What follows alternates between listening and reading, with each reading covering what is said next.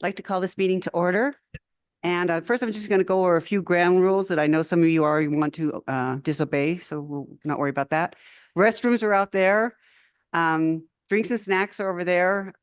They told me I couldn't charge for the drinks because they're brought by the, Water Development Office. No eating on the carpet. Please silence your phones. We will meet at 8 a.m. at the Hampton Inn tomorrow for our tour. You need to have no open-toed shoes, Senator Steinmetz, and an ID. And so that's all the rules, I think, for right now. If anything else, feel free. And then I'm going to go ahead and ask Commissioner Cott if he could call the roll for us.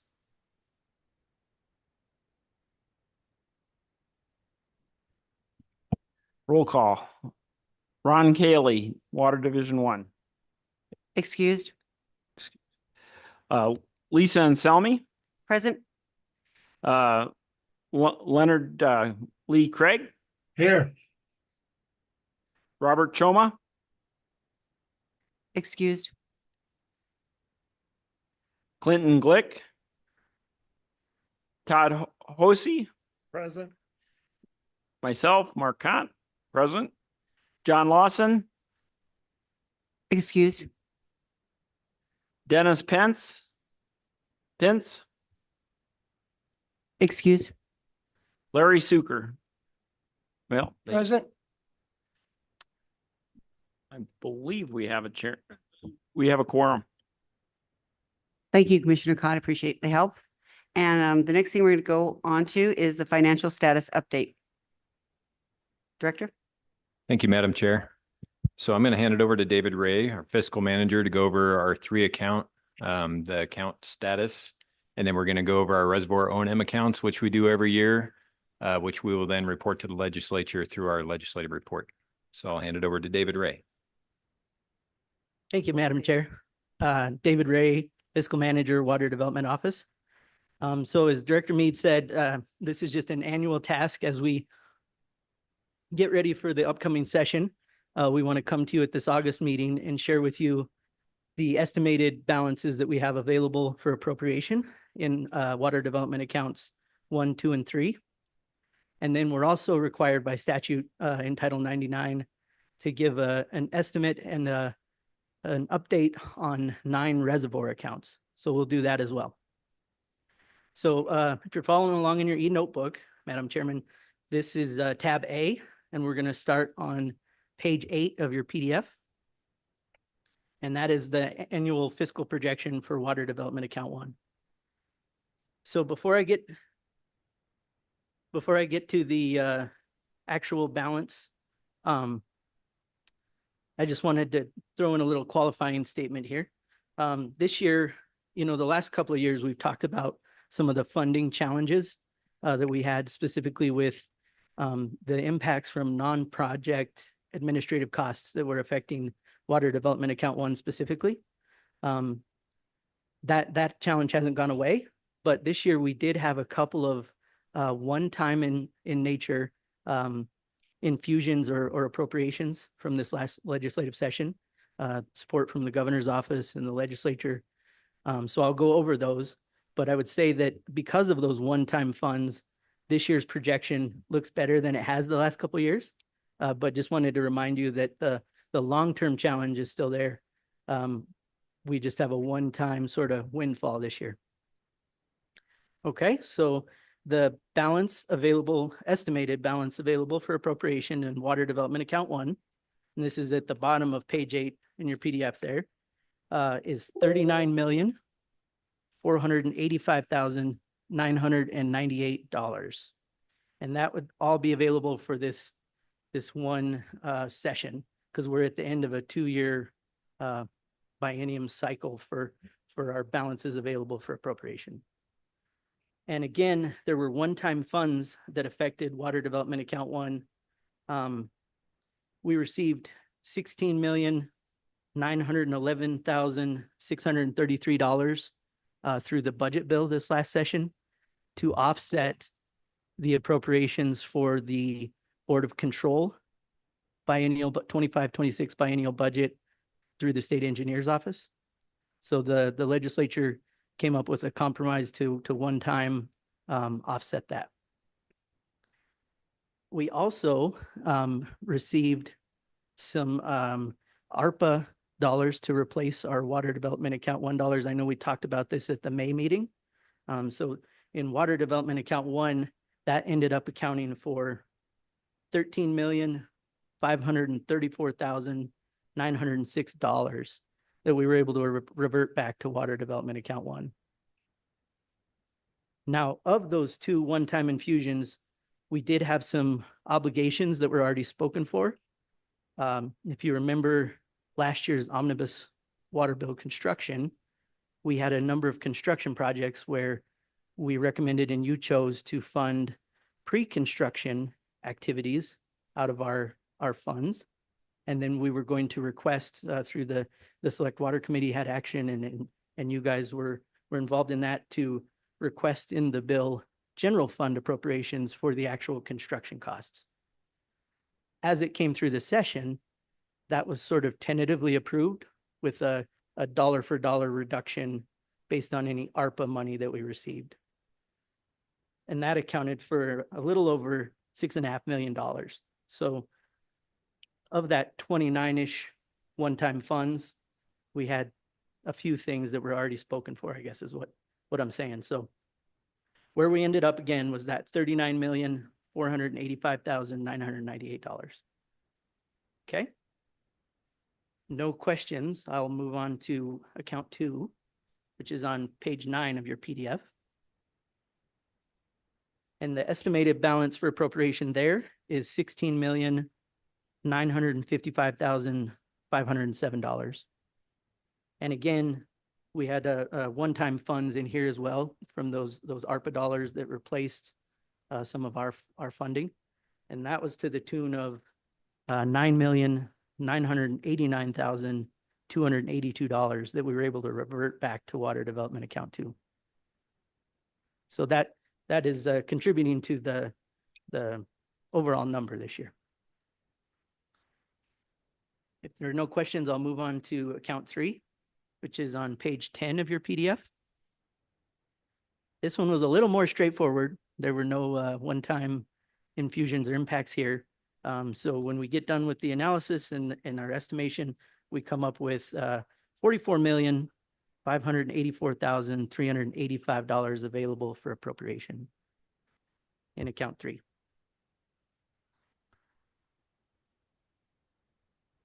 And Madam Chairman, if you're okay with it, I'll move on to the reservoir accounts now. That'd be great. And I do have some questions on the reservoir accounts as you go through, but maybe I'll let you proceed.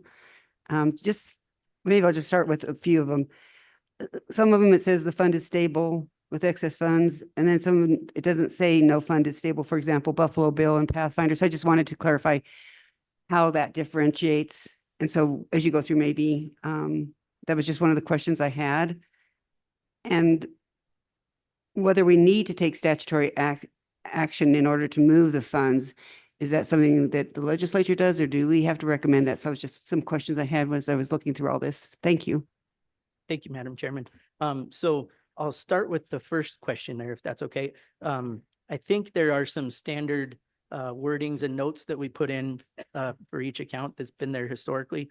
But what I would say in general this year for all 9 accounts, all funds are stable, and we're not, from the office's perspective, not recommending any action or a transfer at this time.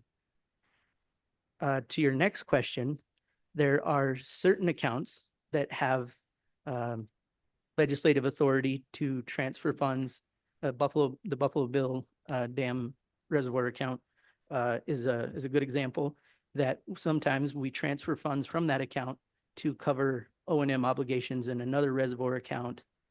In the past, it's also been used to help fund projects in water development account 2, for example.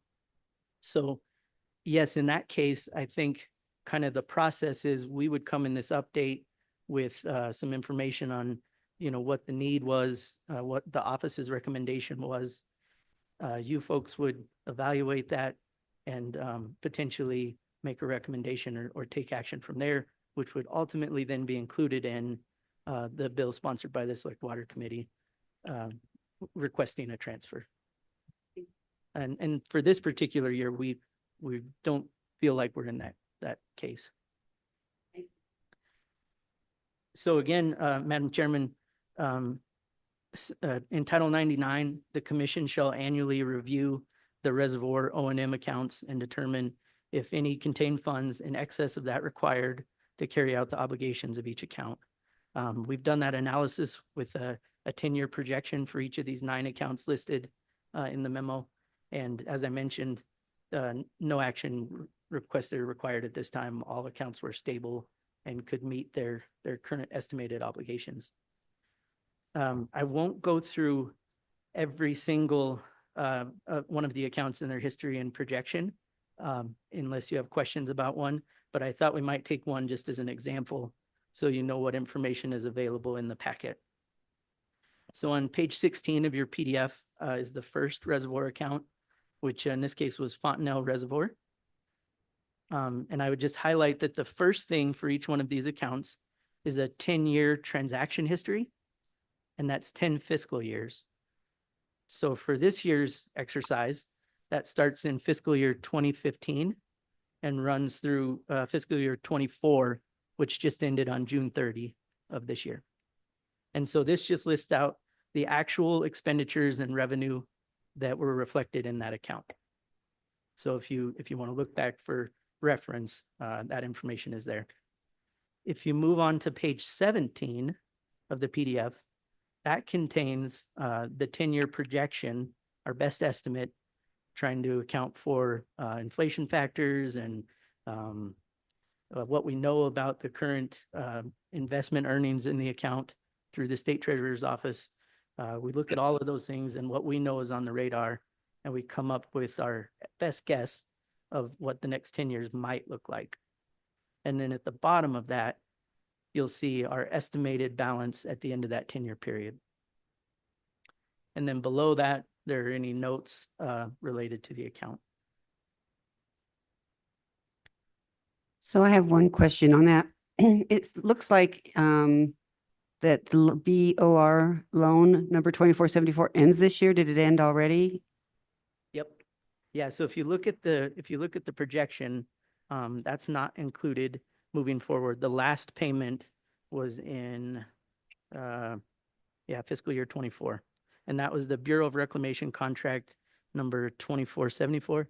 I always get confused on which year that is, but Director Mead, I think. Yeah. Madam Chair, that was the 1962 contract for 60,000 acre feet, and it was a much lower payment than the 74 contract. So it didn't make sense to pay it off as early as the other one. So that one just finished. The 1974 contract's been paid off for quite some time now.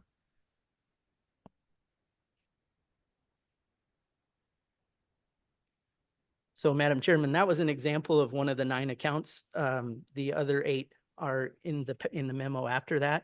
And I wouldn't step through them unless you might have specific questions about one of the accounts. And I think with that, I would stand for any questions you might have about the financial status. Any questions, commissioners? I just have one question.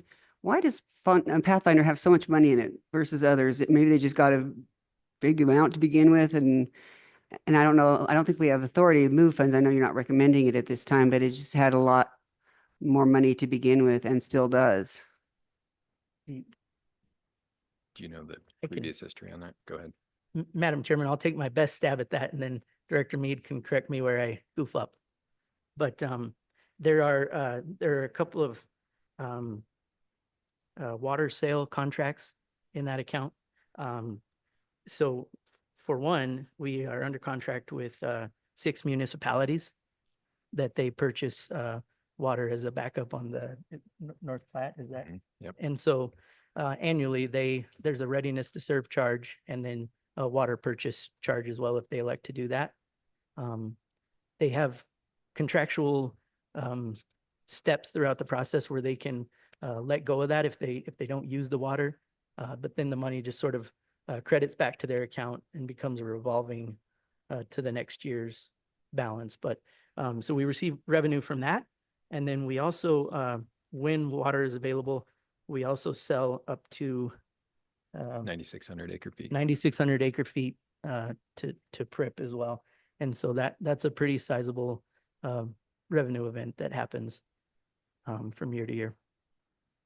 And I think that is the majority of what accounts for the balance in the account. Madam Chair, the only thing I would add on to that, and you may have mentioned this, was the investment income on the account keeps building as well. So, and then just a general statement about all these accounts. We've got contracts in perpetuity, which means we have obligations in perpetuity. And every year these reservoirs, dams get older. And as time goes, and a lot of these are Bureau of Reclamation reservoirs, they're pretty stringent on trying to keep these things up to date.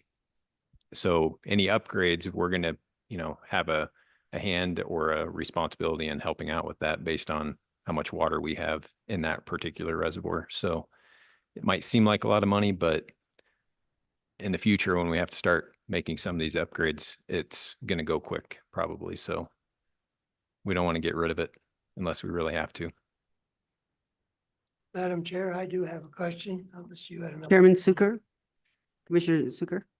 I wanted to go through Lake Smith a little bit, if we could touch a few items on it.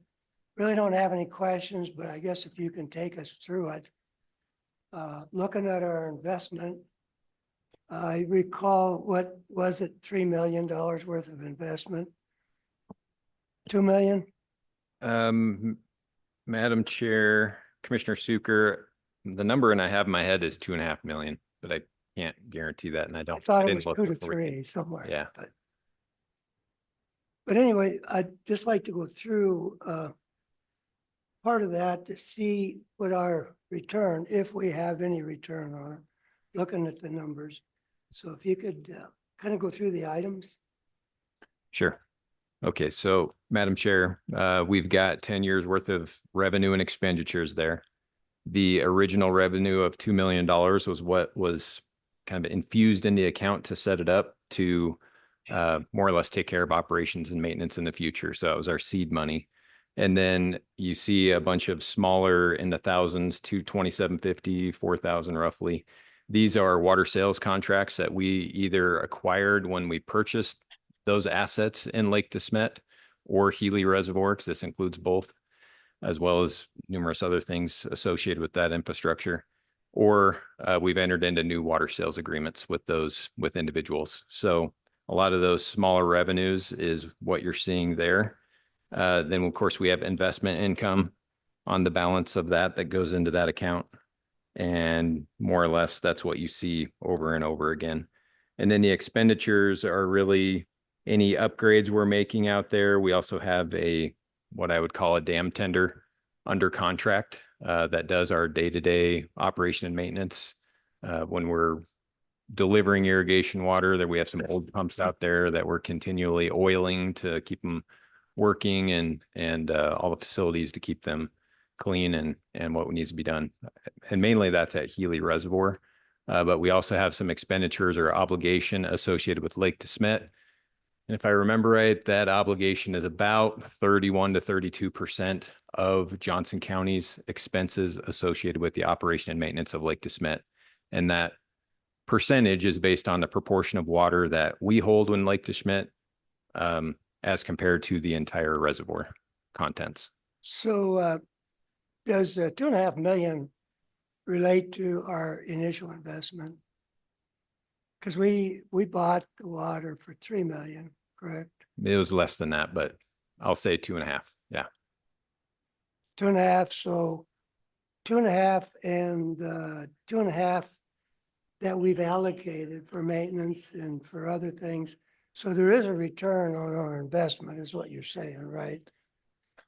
Madam Chair, Low, but Commissioner could Suker, be. I think the investment or the account is stable at this point. Okay. It's not a big money maker. Just because we've got small contracts, we're selling water at $15 an acre foot. I think the thought in the future would be the potential to utilize this water if there was any Wyoming, Montana, that litigation, if we had any obligations to Montana. Could we use that? We looked at that in a study. It's fairly expensive to get water into the Tongue River Basin, which is where you would need that water in a compact situation. The other thoughts were utilizing this water for the future long-term kind of source of supply for Sheridan and the surrounding community. And as you were a commissioner that went on the pre-proposal or application meeting with me to Sheridan, the city of Sheridan, Saws Joint Powers Board have their kind of eyes on that probably is their long-term water supply. That also, again, requires getting water out of Lake DeSmet into the Tongue River Basin and a water treatment plant and so on and so forth, which is, $100+ million project. So, and we're in the process of trying to get those conversations going again with the Johnson County, City of Buffalo, that kind of rural area between Buffalo and Sheridan, to see what other interests are there in utilizing Lake DeSmet. So we look at this once and not in a piecemeal fashion going forward. And, oh, I want to be part of that. Okay, now we have to redesign it, stuff like that. So, and then I guess the third one would just be additional uses that come up in the Powder River Basin where we can actually directly use that, say on Clear Creek. Yeah, so the bottom line is, it's been a good investment, even though we're not utilizing everything that we have there today, but we see a good future for it, or somewhat of a future, and it's holding its own. Yeah, I would. That's the main yeah. thing. Yeah, I think originally the cost per acre foot based on what we paid for it and the actual volumes of water we purchased was like $30 to $40 an acre foot one-time payment, which is super cheap. And then the one thing I forgot to mention, not to belabor this any further, but if the Bull Creek Reservoir site ever went forward, this improves the yield of the Bull Creek Reservoir site because we don't necessarily have because to get water into Lake DeSmet and pump it out of Clear Creek, that's part of the assets we own is the pump station. And of course we have I think it's a supplemental water right out of Piney Creek to fulfill the same water rights in Lake DeSmet. So I won't get into that rabbit hole, but anyway, But we're not it can using, benefit another reservoir but potentially. we're if it not gets built. using those pumping stations that are on Clear Creek, correct? To that's pump correct. Water to Lake DeSmet. Not currently, no. All right, thank you. Mhm. That answered my question.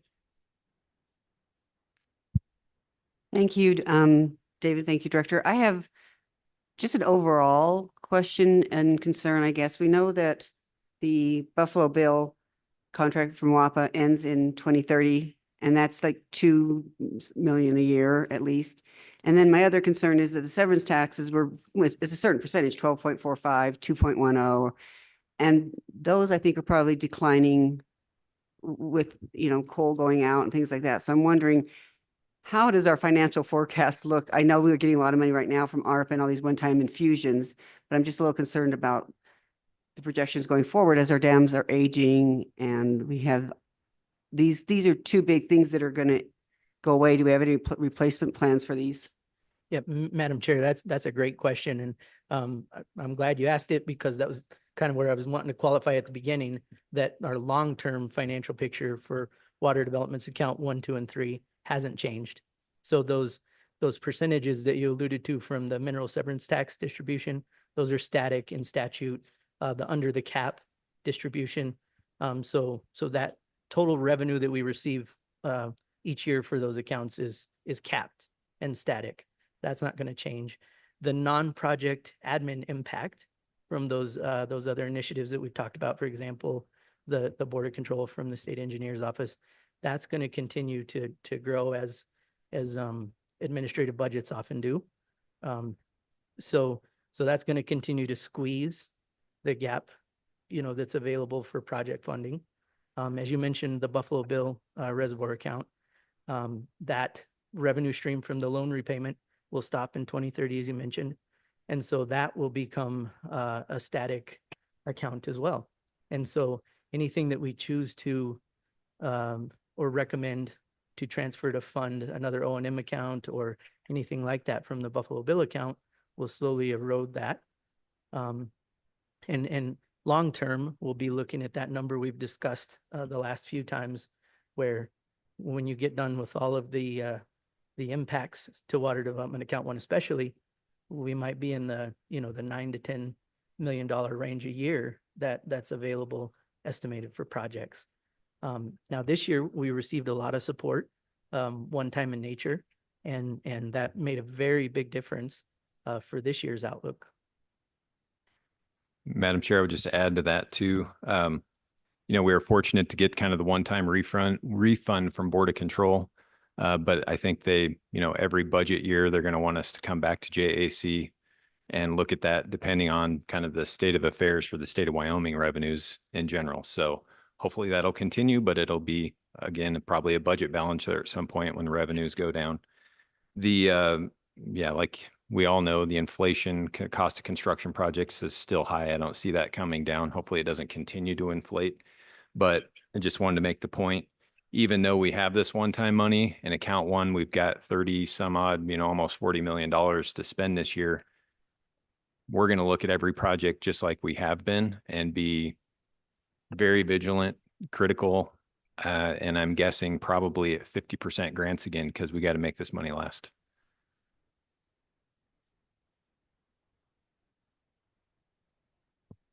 I'd like to, Chairman Steinmetz. Thank you, Madam Chairman. And I guess my comments go along with that as we look at, we are seeing a decline in coal revenue, which means we'll see a decline in these accounts as well. But also just, we won't be hearing anything about it at this meeting, but we cannot even fathom the escalation in cost for La Perelle and GID and some of those things that we're hearing about anecdotally right now. We don't have solid numbers. But as we look at that in our aging irrigation infrastructure study that we have contemplated, I think we can, inflate those numbers probably quite a bit compared to what the projections were.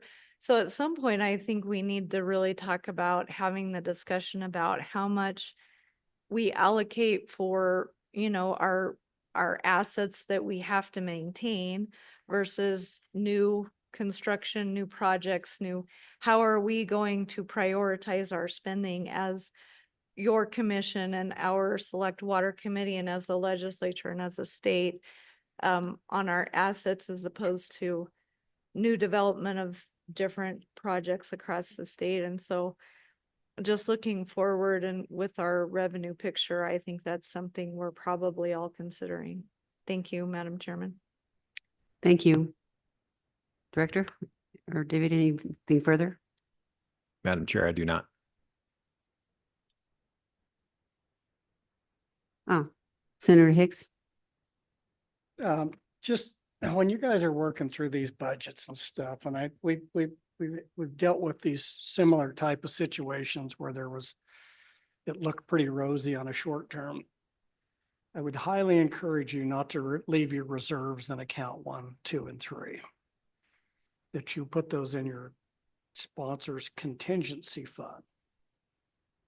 And we can discuss the reason that you would want to do that some other time, but it's not a good place to park that money for a multitude of reasons. But just as we start looking forward and we start developing the budget and stuff, and if looks like there's going to be some carryover, it's much better to park that in your different account 3 contingency fund, your account 1 contingency inflation funds, and put those surpluses there and don't leave them in those accounts.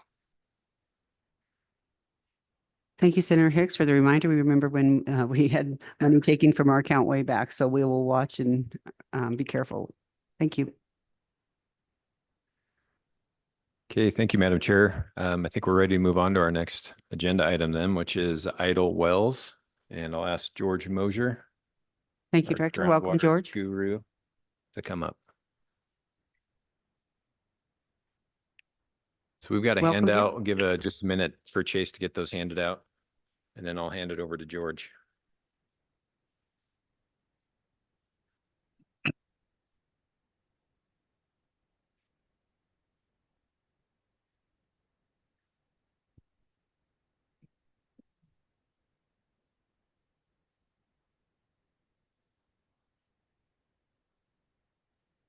Hey, go ahead, George.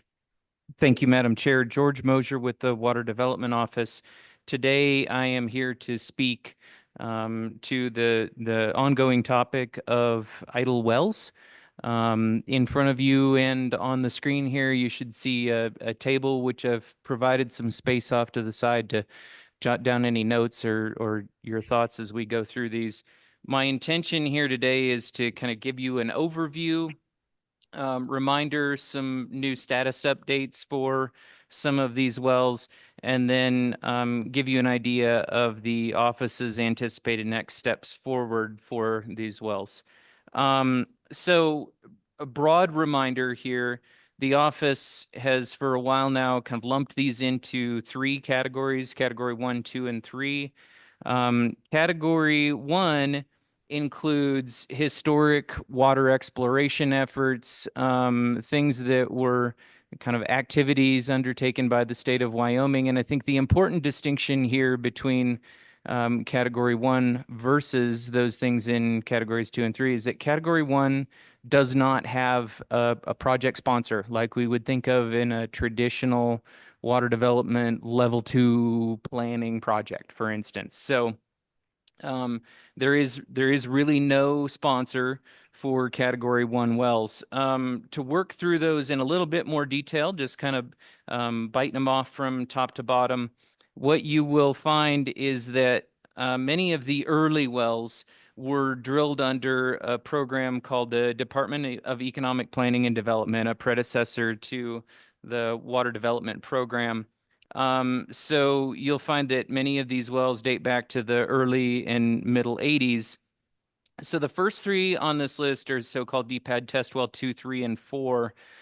Those wells are subject to some discussion way back in 2017 in front of the commission, where the grazing lessee had approached the Water Development Office and the state engineer's office, hoping to be able to place those wells to use. To the best of my knowledge, despite the commission saying, sure, you're welcome to go ahead and use those, the grazing lessee nor state lands ever obtained any kind of state engineer's office permit for those. And so those have kind of remained on this list in a little bit of a limbo situation, despite the fact that the commission said, you're welcome to go and develop them. Just be advised, you do need to get state engineer's office permits for them.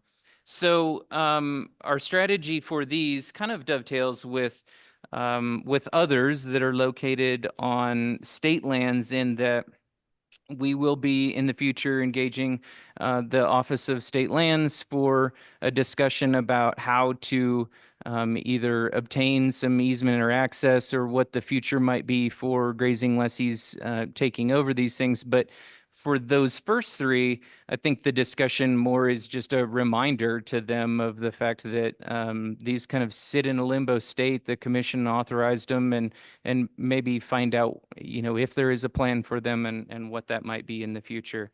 We are also planning as part of that effort, because there are some historic state engineer's office permits that exist with these facilities, that the office will be doing a little bit of cleanup work. If it makes sense to remove the, any kind of tie to the office by way of permitting, then we'll attempt to do that with the state engineer's office.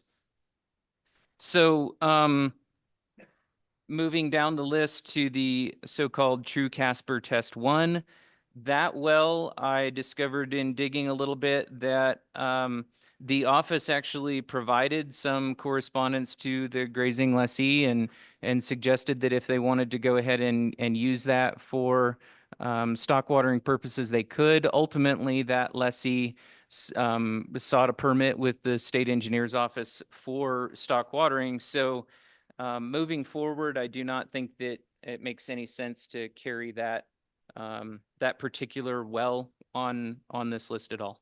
So that would be the True Casper test number 1. For the next three, True Casper test 2. Question. Absolutely. So, Madam Chairman, a question on that. So did we follow up, George, to see that the water rights now are in the name of the permittee and the Office of State Lands and Investments with the state engineers? if in fact that happened and the permittee put beneficial use of that, typically on state lands, they co-file with the state of Wyoming. I just want to make sure that if it is in use and we're going to take it off the list, that we've done the diligence to find out that it's in their name. Madam Chair, the permit application was filed jointly in the name of the grazing lessee and Office of State Lands and Investments. Okay, with the state engineer's office. Yes, sir. All right, thank you. I just wanted to verify. Thank you, that. George. Thank you, Senator Hicks. And Madam Chair, I might say, as we march through these, I'm certainly welcome to people interjecting for specific questions if they have them. So for the next three, the two True Casper test number 2, Casper Cross number 1, and Casper Meyer number 1, these are all things that I think we plan on working with state lands to find out if there's an interest in grazing lessee acquisition. My understanding of the first two of those three, the True Casper Test 2 and Casper Cross 1, is that those are in fact landlocked by private landholders. So obviously it would involve some kind of discussion of what easement and access might look like if we were even going to try to do any kind of maintenance or undertake any activities with those wells. And then finally, with respect to the Casper Meyer number 1, that location happens to be pretty close to Natural Bridge, is located adjacent and abuts up to a paved road. So that sits, fairly close proximity to where people could have come across that well. So ultimately for those, our goal is to try to identify, grazing lessee use or some sort of other place that that somebody might be able to place water from those wells to use without the commission potentially having to bear the expense of future maintenance or potential plugging costs or anything like that. Briefly for the SR1 and all of these SR locations, my recommendation still remains that the commission hold on to those and investigate opportunities for the state or other entities to use what could be potentially non-hydrologically connected water in the North Platte system. A slight detail of that is that the SR2 location, the last of those, there was some conflicting information in the record as to whether that well was permanently plugged and abandoned, whether the casing had been cut off and the ground surface reclaimed.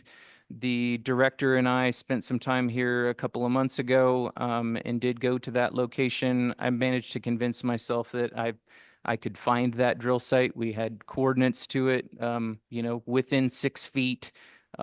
Sure looked like an old drill site to me with a pile of rocks in a place that probably looked like there would have been a well. And I'm very convinced at this point that that no longer exists. So we should be removing that from the list also.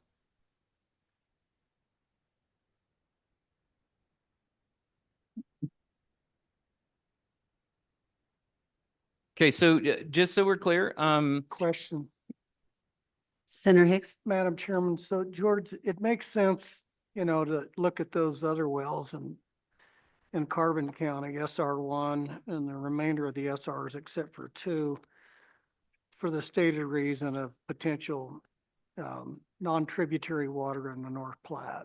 But wouldn't we still approach a sponsor? That's particularly those sponsors that are surface water on the North Platte to take over those wells? It's really their problem. If you have an infiltration gallery and you anticipate growth, you should be looking for non-tributary water. And so why wouldn't we go out and try to find a sponsor to take these wells? Or is that part of the long-term plan? Mr. Mosier? Madam Chair, I think actually that dovetails really accurately. What I'm suggesting today is that I don't think the commission needs to think about plugging this. Quite the opposite. I think there probably could be a good home for this. One that comes to mind while we're thinking about it, and Senator Hicks mentions infiltration gallery, is that, of course, the commission currently has level 2 study with Central Wyoming Regional Water. And one of the things that's being looked at and potentially thinking about all of their needs for the future is in fact to look at whether this might make sense at some point in time. So I can see that there are a number of different entities that could certainly have an interest in this. And just so we are clear, I mean, I think Senator Hicks understands this. There's not a single identifiable sponsor with any of the things in this category 1. So, you know, the SR1 doesn't have a single entity that we can point to for a sponsor, but no doubt there are potential places that might be interested in acquiring the SR1.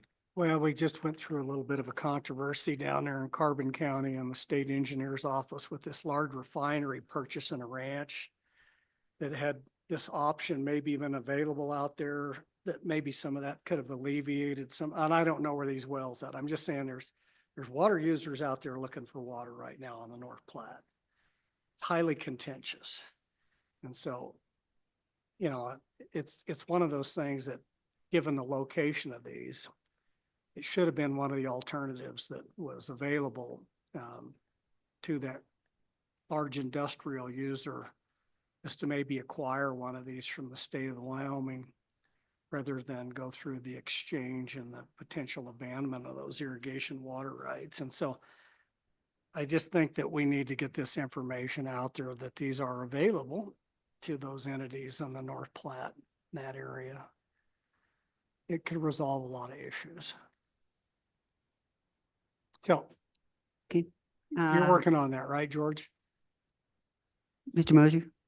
Madam Chair, yes, we've entertained a number of entities on this topic. So All right, thank you. Commissioner Glick has a question.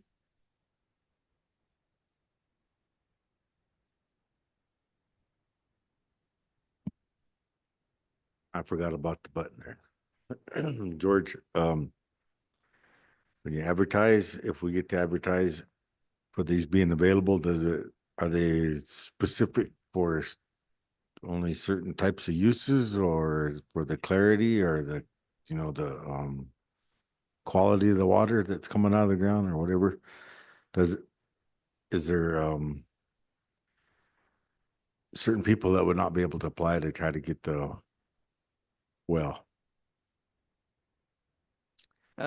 Madam other Chair, I side. think if I understand the question, maybe a more appropriate piece of information here is that like in the case of SR1, there was of course a fairly exhaustive study performed, and you know, the water chemistry is certainly available. It's publicly available report. So users that were potentially interested in the water could definitely discover what the water quality is like and decide whether that meets their needs or not.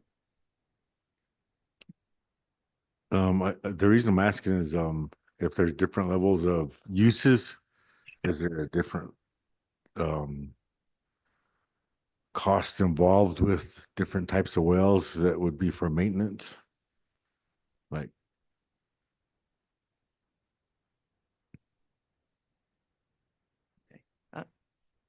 I'm sorry, not following? Madam Chair. Yeah, Commissioner, I apologize. I'm not exactly following what your question is. I guess Commis- what I'm Commissioner- getting at is if there's different types of entities or individuals that would like to utilize the water, and there's different clarity or quality of water, is there different costs associated with what they might utilize the water for? So if are we able to charge them for how much water they use, depending on what type of quality it is?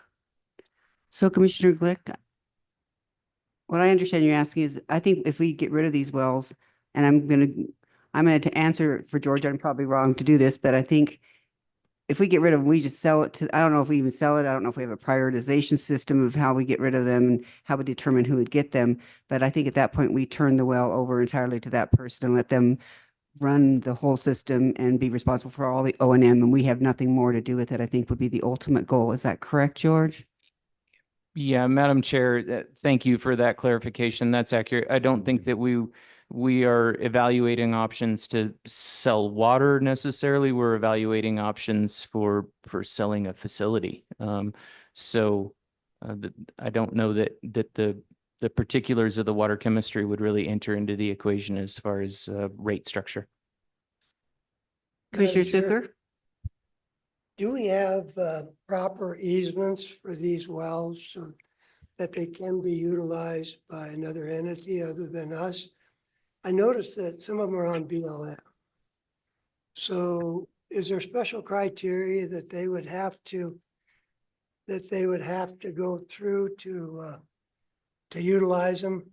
I know if we have easements, or do we? I suppose we do, when they were drilled from the BLM, correct? Or do you know that?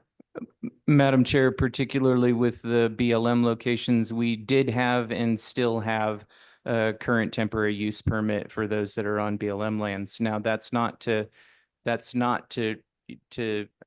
say that all of these locations we have current easement or access. As I indicated before, a number of these historic ones, particularly ones located on state lands, I'm not able to find any kind of current special use permit or anything that authorizes continued maintenance of those. So that could be a challenge. But certainly with respect to the BLM locations, we do have a valid temporary use permit.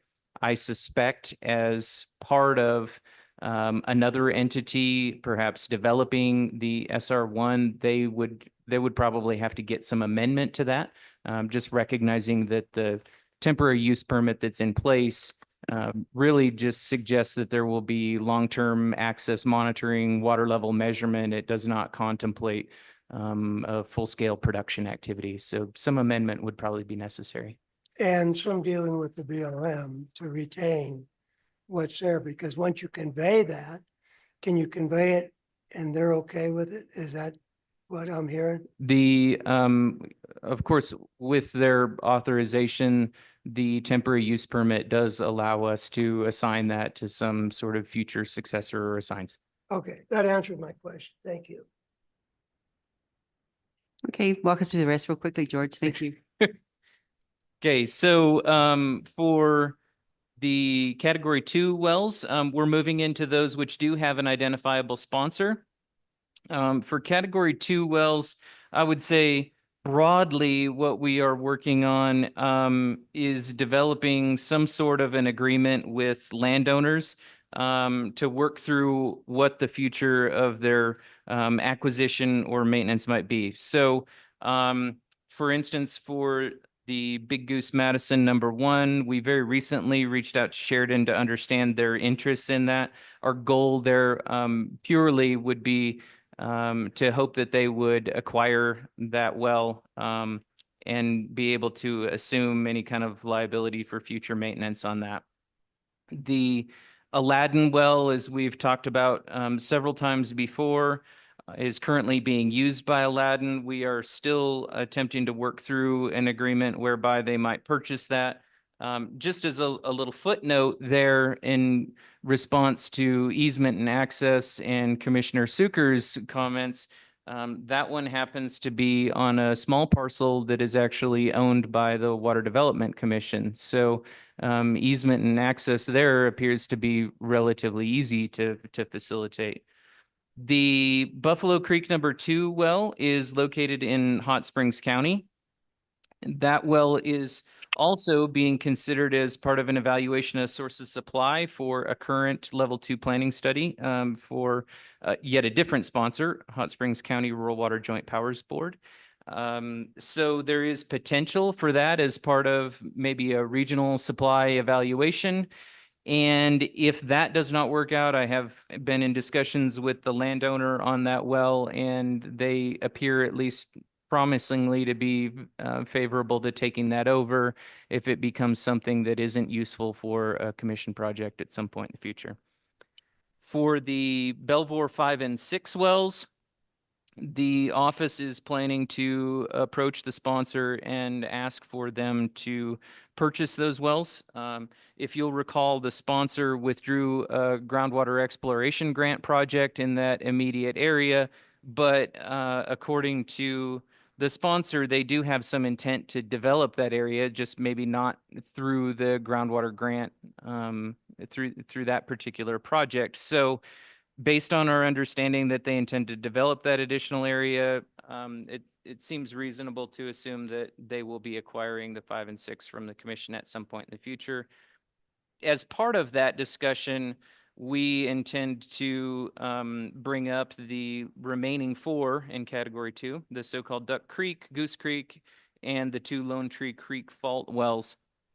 Those are on the west side of the Belvoir Ranch, and we are going to work with the sponsor to develop and present to the commission an agreement that Board of Public Utilities might put together for future use and maintenance. That way, the commission and the sponsor can be on the same page with understanding what the future of those will be. And Madam Chair, if there are no more questions, I'll move right into category 3. Madam Chair. Commissioner Suker.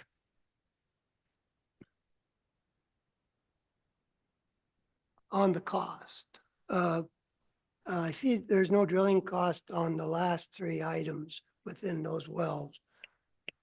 How can we sell something if we're gonna sell it without some kind of a basis here as far as what we have into them?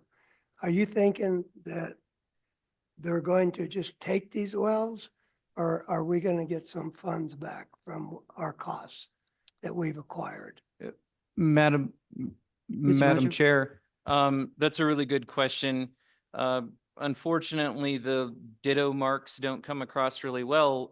But for instance, for the Belvoir 5 and 6, the $218,000 for drilling costs is actually wrapped into both of those wells because it was sort of one project. So 218 covers both of those wells. Similarly, for the final 4, although 3 don't really have a line item, the total for the 4 is 1.4 roughly $1 million. Thank you. It's the office's idea that we would be approaching the sponsor for repayment, especially once those things are put into use. Thank you. That answers my question. Do we also, when we drill these wells, do we keep any type of water quality conditions or that tests on the water quality? Or now do we have to run a pump, or somebody got to run a pump down there to see what there's down there? Or is there anything that was there in the literature that we've got from these? Madam Chair, of course, the water chemistry testing is available as part of the public reports that the commission paid for and generated for those projects. So in your consensus here, you think that all these wells have at least decent irrigation or drinking water type capability? I think, especially with respect to all of these last 6 that we're talking about here, I think that they have potential value to the sponsor. Thank you. Okay, thank you. Any further? Okay, if not, we'll go ahead quickly through the last set real fast. Thank you, George. Yeah, you're welcome, Madam Chair. Briefly for category 3, these are projects which are complete, and by my best estimation, there doesn't appear to be much remaining purpose or value to the commission. So once again, our focus here is going to be potential transfer to the extent that we can do so, even with a surface owner. So for instance, with the first one, Northwest Ryan Park Water and Sewer District, that effort was associated with a water and sewer district that has been dissolved, but we have a convenient easement and access agreement with the surface landowner that would allow transfer to that surface landowner. It's lamentable that the commission may not, see the drilling costs come back to project accounts for that, but The office considers it, if we can turn that over and the landowner can place the water to good beneficial use, then it's a win over potentially plugging it. So, for Northwest Ryan Park, we plan to engage the landowner for potential transfer. For the Pine Butte Improvement and Service District well, that one is one where the landowner there also subsequently acquired this land after the dissolution of the Improvement and Service District. In that particular case, one of the details there is that the state engineer's office historically maintained that as a monitoring well location. And through some discussions with the state engineer's office, the landowner declined to allow the state engineer's office continued access to that well. In that case, what I am planning on doing is advising the landowner that any future use would require permitting with the state engineer's office. In the case of the ASR test location, we have made contact with the grazing lessee. That lessee does in fact have some interest in utilizing the water for stock watering use. So that will be one that is also brought up during a meeting with state lands to make sure that we can get the right paperwork in place to facilitate that transfer. Senator Hicks?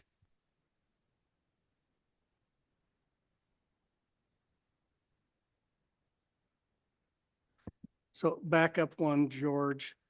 On that Pine Butte project and that well, and that irrigation and service district.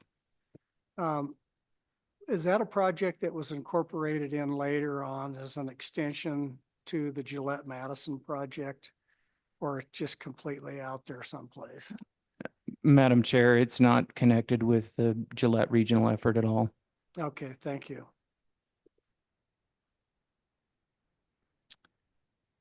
Madam Chair, for the final three, the Ethity Wind River well, that is one where the sponsor ultimately on that project acquired an alternate facility. The office, once again, plans on notifying the sponsor of the existence of that well, more or less just as a reminder that it sits out there, and advise them that future use will require permitting with the state engineer's office. The final two on the list are ones that I would just candidly keep in mind for the potential at some point that they may need ultimately to be plugged. Our first course of action with those is definitely to engage the landowner for potential transfer. Obviously, if they have some interest in them, I think that would be better than the commission spending more funds on those. So if there's interest from the landowner in acquiring those, then I think that would be a good thing. And that's certainly going to be the path that we start from. But they may, in fact, at some point, just to seal the terms of easement and access, require that the commission plug those wells.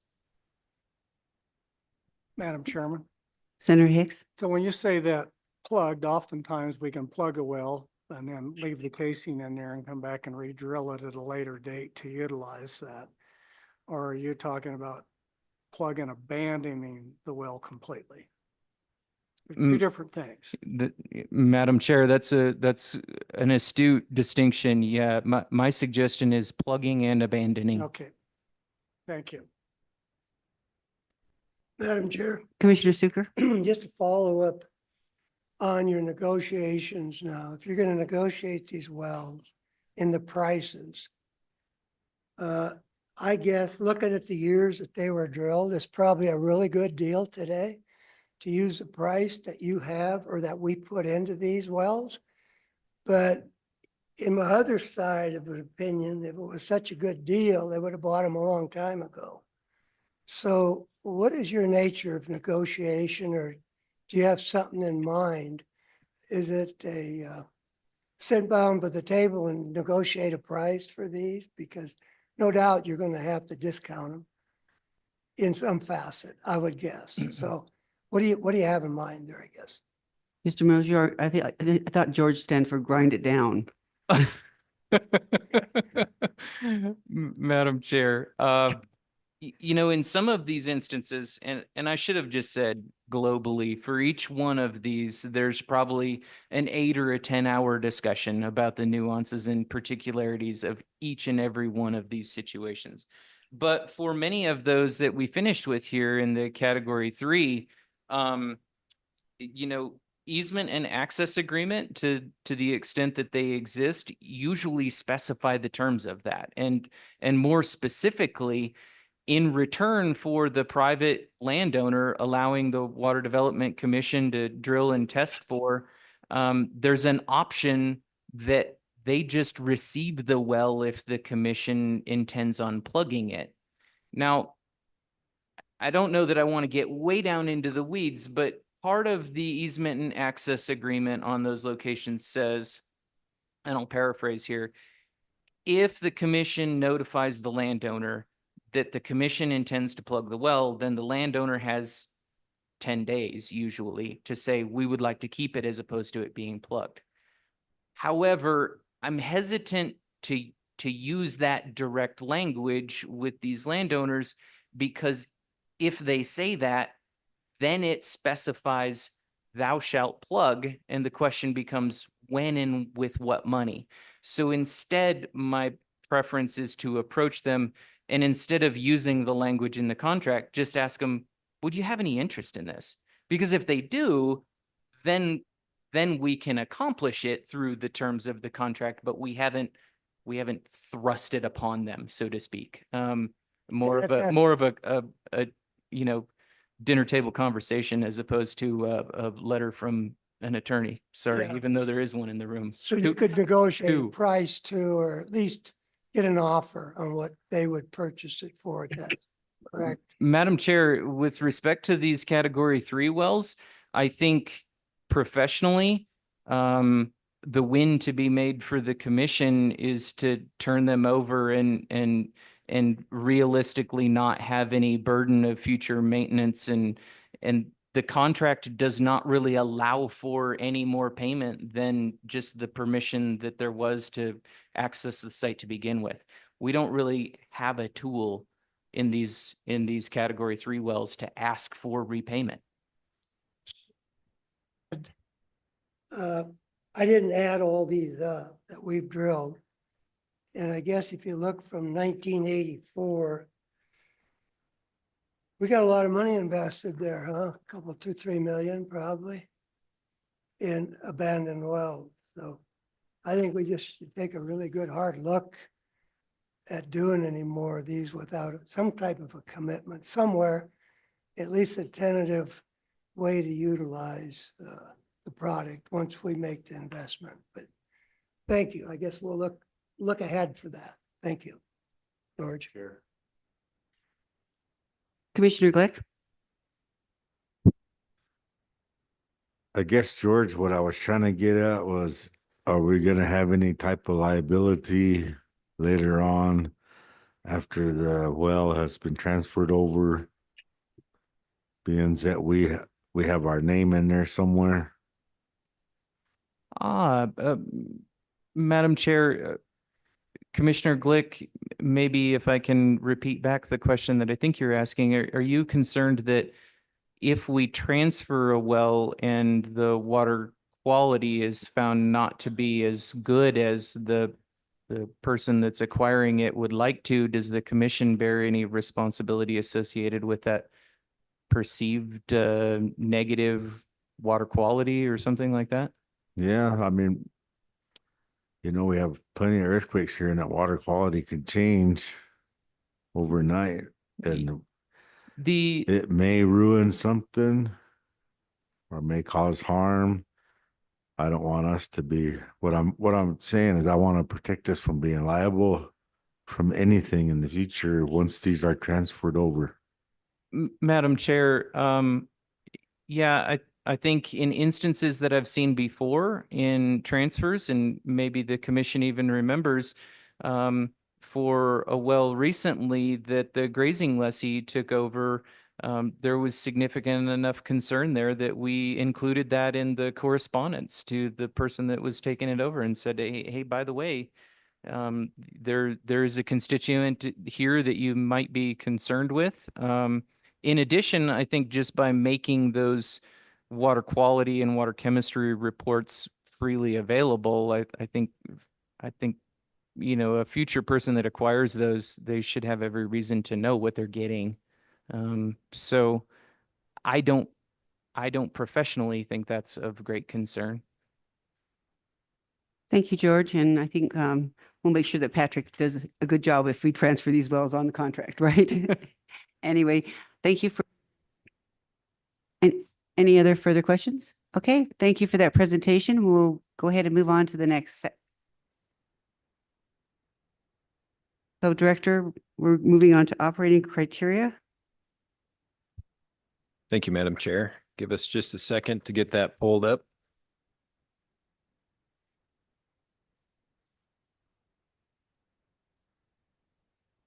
So we are on page 29 of the e-notebook.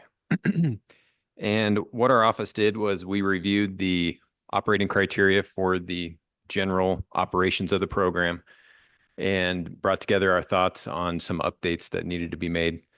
I think all of them are fairly insignificant, but that is something to keep in mind as we walk through these. If we do think they are of significance or of substance, then we can always put it out for, say, a 45-day public comment period, have that. And if we are quick on that, we can have that done by the September meeting. And then you could potentially approve if you so choose at the September meeting, or if you feel comfortable that these aren't that substantive, we can have that motion on Thursday if you guys like these changes. So with that, I will try to quickly walk through these. The first one is on page 30 of the e-notebook. It's a table of contents, and it's just a simple one. There's just a reference that's incorrect. It's referencing the MOA, or Memorandum of Agreement, and it should actually be referencing the Salinity Control Program. So that's an easy one. And if you have questions, stop me. Otherwise, I'm just going to keep moving.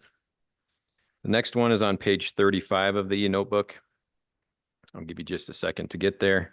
This is for the Dam and Reservoir Program, and previously it just made a comment that the water development, or the infusion of funds, or the revenue from the program, and the account itself has received Water Development Account 1 appropriations and budget reserve account appropriations on occasion.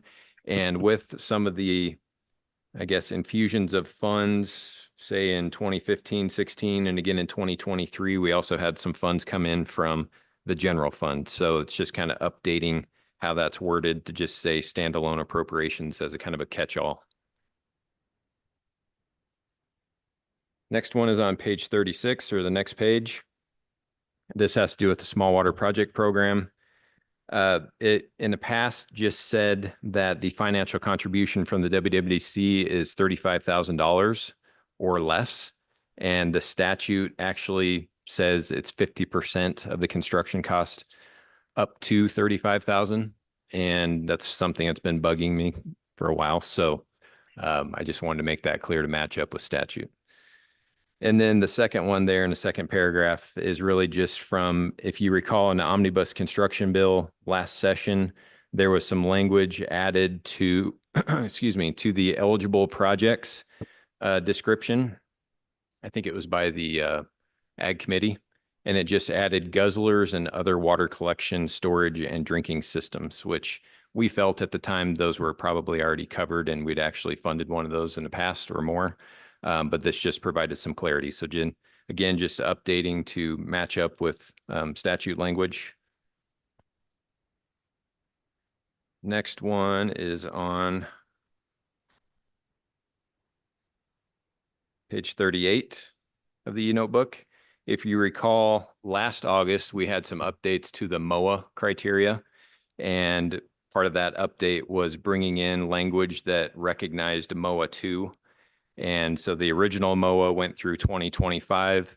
MOA 2 more or less extended the revenue from, or that was collected up through 2025, and then extended the program, I guess, as MOA 2 through 2037. So again, just wanted to match up with what the MOA criteria says. And then there was just a small WAPA is Western Area Power Administration. So just add that word. At the bottom of the page there on page 38 is the Salinity Control Program. About 5 years ago, there was, I think, a Bureau of Reclamation opinion or some legal discussion about what the state's role should be and what the Bureau of Reclamation's role should be in the Basin States program. And the way I understand it now is more or less the Bureau of Reclamation chooses the projects that come through the program rather than the Water Development Commission choosing those projects. So this is just really to bring this language up to how it's currently being operated from the Bureau of Reclamation.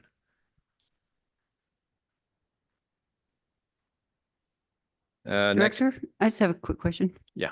So before the language basically said that we would select the app, we would be the one that would decide who would get it. Did we ever do that in the past, or did the Bureau of Reclamation just come in and say, now we're going to be the big boss? I mean, how did this work out?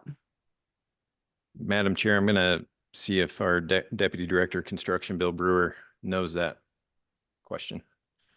So when this program first started, we would actually take applications for these projects, review them, write up a recommendation, present that through the commission, and then that would go back.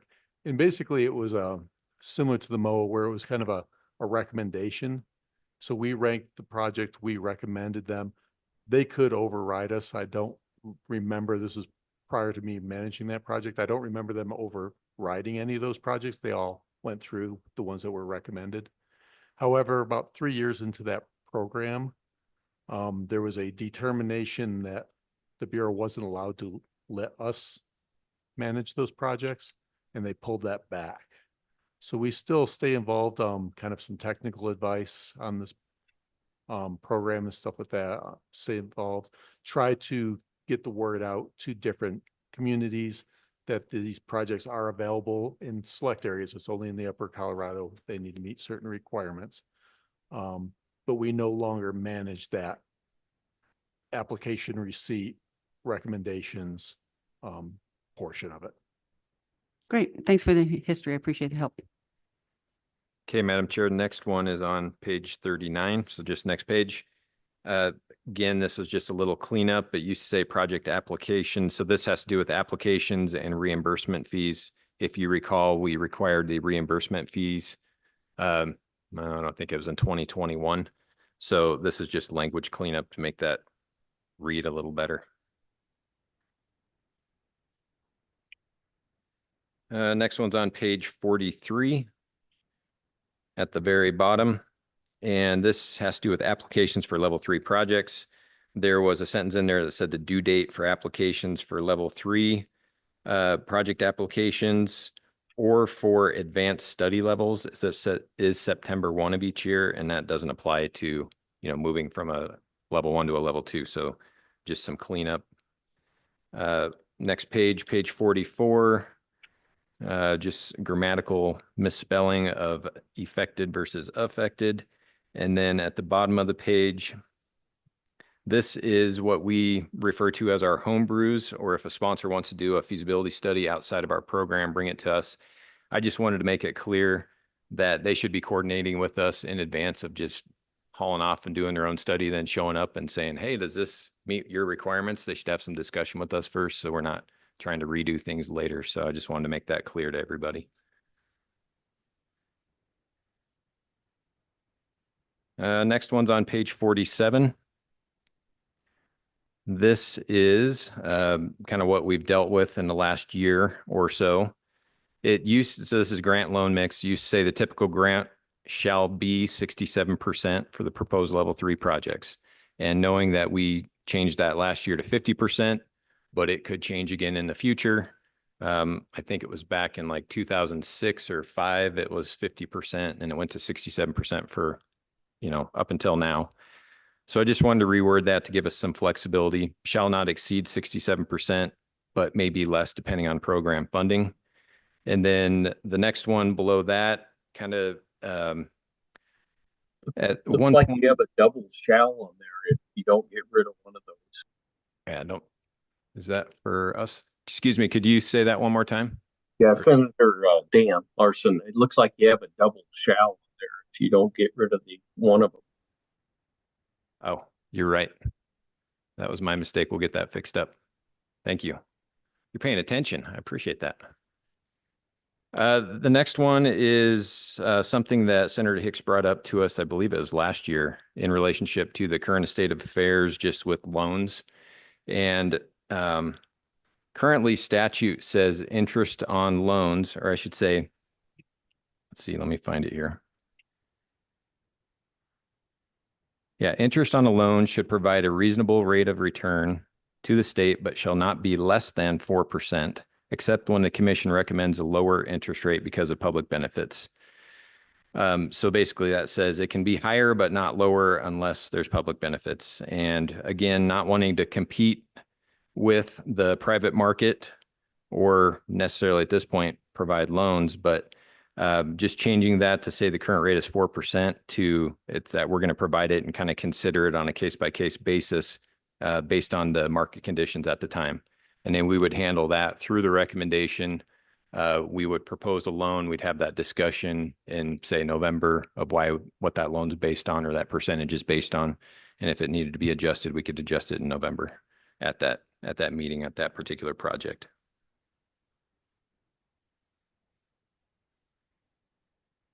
Next one, page 48. This is sponsors contingencies funds. In the past, we have, and again, we've been at 6733 for so long.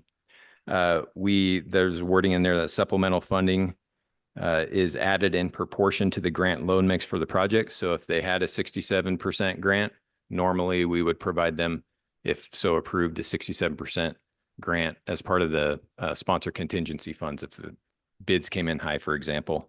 And we're just saying, but we'll consider current funding instead. So if they came in 3 years ago, they got 67%, but we're giving out 50% grants now. We can have that conversation of whether or not we can afford 67 or if we want to be more fair with what the other sponsors received that year. At the bottom of that page, same page. Senator Hicks. Director, I would just ask you on that. The way I read that is it says you can consider it.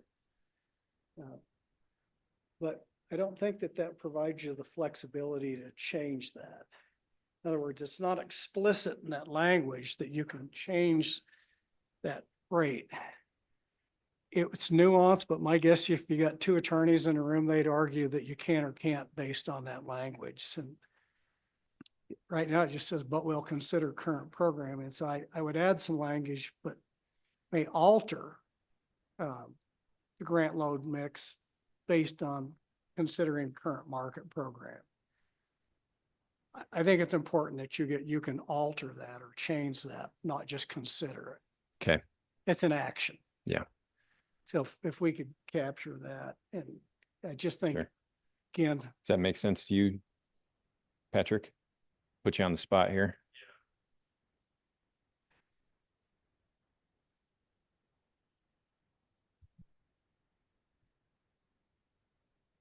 Thanks, Madam Chair.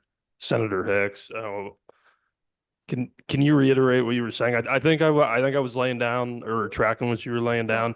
You read the last sentence. The supplemental funding is generally added in proportion of the grant loan mix for the project, but we'll consider current program funding. I don't see the explicit language in there that if there was supplemental funding, that could be at a different grant loan mix than the original project. It just says it will be under consideration. And I'd like to see some specific language. So what we may say in there, let me read that. Supplemental funding is generally added in a proportional grant loan mix for the project and may be different than the original grant loan mix as considered for available program funding.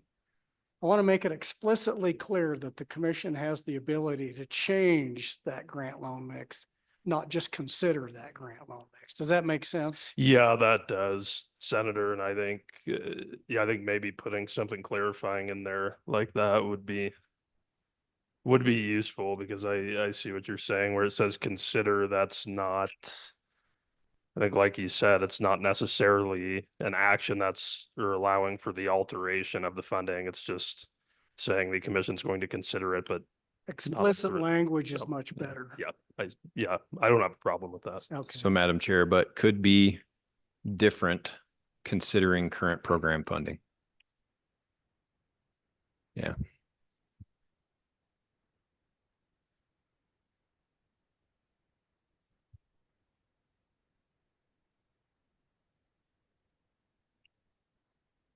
Well, it's trying to consider the current state of affairs, right? Yeah. Yeah. Okay, we'll take a look at that and provide maybe a little amendment for Thursday for consideration before we push through that. Thank you. Thank you, Patrick. Thank you, Director. Okay, so moving down to this bottom of that same page, this gets to lease sale or assignment or transfer of ownership of water when we're under contract or agreement with different entities. And there were just two repetitive clauses there. They said the exact same things, except the second one just had rural domestic. So I just combined those for efficiency's sake. We didn't see any reason for there to be two separate ones. They say the same thing. Okay, next page, page 49. This gets to if there is abandonment of a construction project without good cause, then we can require that, or the commission can require that the sponsor pay back the loan and potentially the grant as well. And it used to say, again, the interest rate will be 4% per year. And we're just referencing back to that previous discussion on that we can consider market conditions to come up with the actual percentage rate instead of it just saying 4%. So it just trues up with what we talked about before. Okay, so the next page, page 50, we are talking about ineligible projects and associated costs. So just to give some context to this one, we start off by saying, in order to further clarify the list defined under program priorities, the following are examples of projects / investments that shall not be considered for funding under the program. So you move to the next page down to 14 to engineering fees. So what would not be considered would be engineering fees, including design, inspection, and construction contract administration not agreed upon after the WWDO review of the engineering contract or all costs in excess of 20%. This was changed, I don't know how many years ago. It used to not give a percentage. And then at some point, it was decided we were going to put a cap on it at 20%, more or less 10% for design, 10% for construction management. Then we started seeing a lot of, it's going to cost 10%. It's going to cost 20% total. And a lot of times in projects, we don't feel that that's necessary. So this is more or less just putting everyone on notice that it's not just 20%.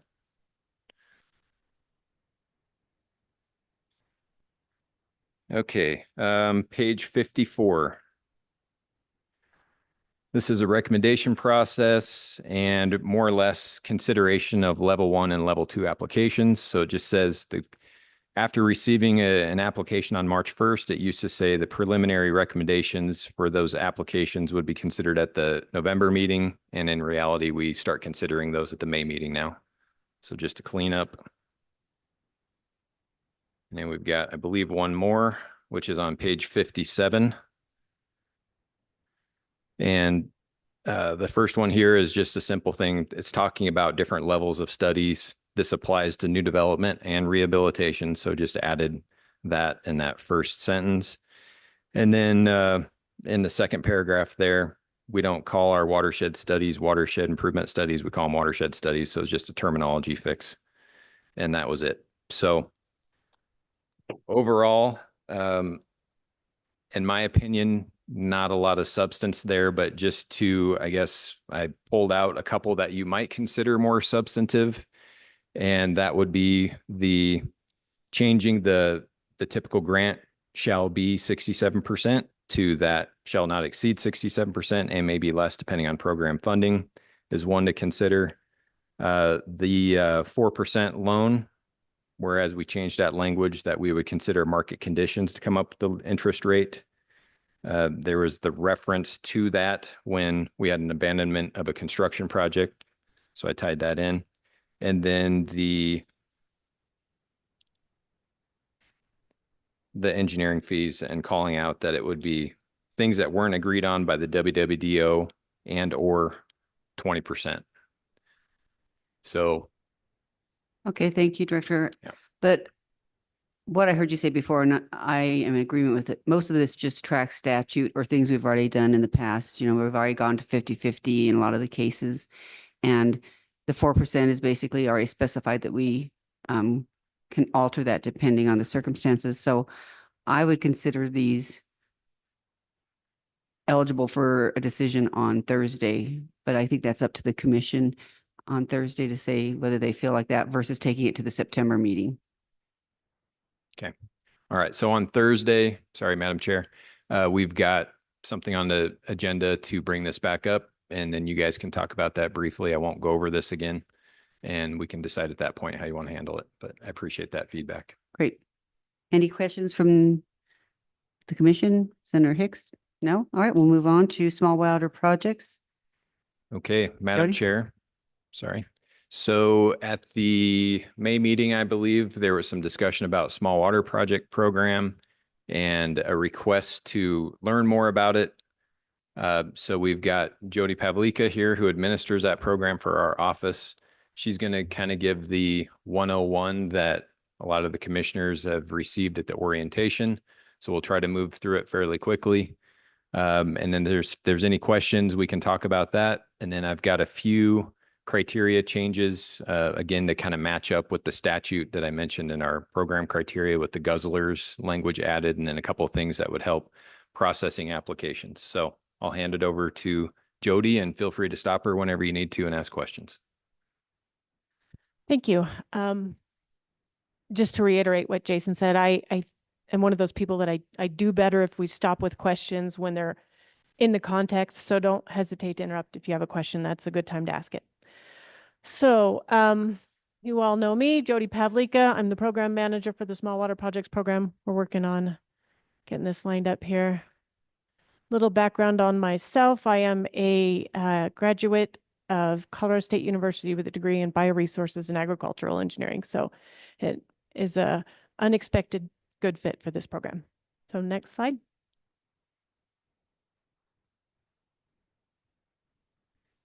Okay, today's topics, we're going to talk a little bit about just a very brief look at the history, the timeline history of the program.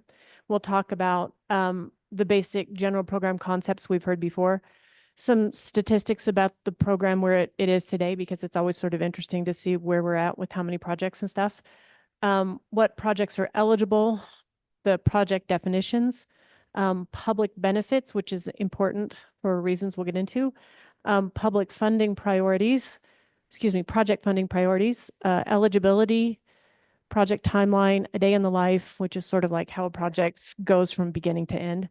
And then we have a guidance document that's available. We'll show the cover of that to you in case anyone's interested. It's available on the website. And that covers in more detail how I operate the program and the sort of frequently asked questions that we get regularly to sort of help make navigating through this easier. And then lessons for new sponsors. I throw that in here every time I give this to a new conservation district who's never managed a project before, because there's sort of a right way and a wrong way. And if you're just learning how to swim, maybe diving off the diving board into the 20-foot deep section of the pool's not the place to start. So I have some advice for new sponsors in there too. So next slide. Program timeline. And I'm going to focus on the more recent history here, but to sort of bookend it. There was a workshop held in 2001 to discuss the initiation of the program. And then in 2002, $1 million grant was set aside for the initial appropriation for the Small Water Project program. And then fast forwarding, 2015, the criteria was updated to include the funding priorities, project priorities that we have in there now. There was some concern about there being a cap on the size of reservoirs. And so we removed the cap on the reservoir size. So if you want a reservoir, we don't have to care what the size is anymore. So we removed that size cap. Proven aquifer language was removed. I'll get into that in more detail later. That's pretty important. Rural community fire suppression category was added. The watershed study requirement was removed. All of this happened in 2017. That was a big year. And by removing the watershed study requirement, that made the program statewide. So that was a pretty important year. And a separate priority ranking was established for account 2 projects, just to sort of clarify the addition of we're developing a new water source versus maybe we would never be developing a new water source in account 2, but we may have to rehab a spring development or something like that, which may essentially serve a similar purpose. So we clarified some of that. 2018, the $135,000 total project cost cap was removed. That was a really helpful thing to do for the project sponsors, because as the project costs go up, that cap was kind of an upper ceiling on the funding eligibility. So now we get sponsors, we've had sponsors come in for $1 million projects, and as long as they've got matches with other funding partners, whether that be Trout Unlimited or Ducks Unlimited or Teton County's got 1 million of them. So regardless of what the other funding partners are, that still allows us to come to the player and be a part of some of those really good projects. Okay, 2020, the application date was changed from January 1 to November 15th. Let's see, removal in 2021, removal of the advertising requirement and clarification on responsibilities for public works. And then 2024, the program sunset date, that was this year, was removed from the enabling legislation. So next slide. Okay, and a lot of this comes straight from the legislation, so it ought to look pretty familiar. To provide grant funding for small water development projects that improve watershed condition and function and provide benefits for livestock, wildlife, irrigation, environmental, and recreation. And then funding is 50% grant up to $35,000 are available for eligible projects that provide adequate public benefit, improve watershed health, and meet the program definitions as outlined in the criteria. Next slide. Interesting statistics. I always sort of enjoy updating this slide because it seems like it's interesting to see how many active projects we have going on any given day. So as of a couple of days ago, there were 177 active small water projects open on the books. So looking at the database that I put in place in 2015, so since 2015, we have closed more than 595 projects. So it's been a very popular program, and we're accomplishing a lot of good. So then if we look at the number of applications that we received throughout the years, you can see 2015, it was 47, and then 25, and then 36, and then 69, and then 79, and then 117, and then 64, and then 68, and then was that 83, and then 82. So the numbers have kind of gone up and down. They were kind of averaging around the 68, 69 level for a while, but like I said, it's a popular program. Next slide, please.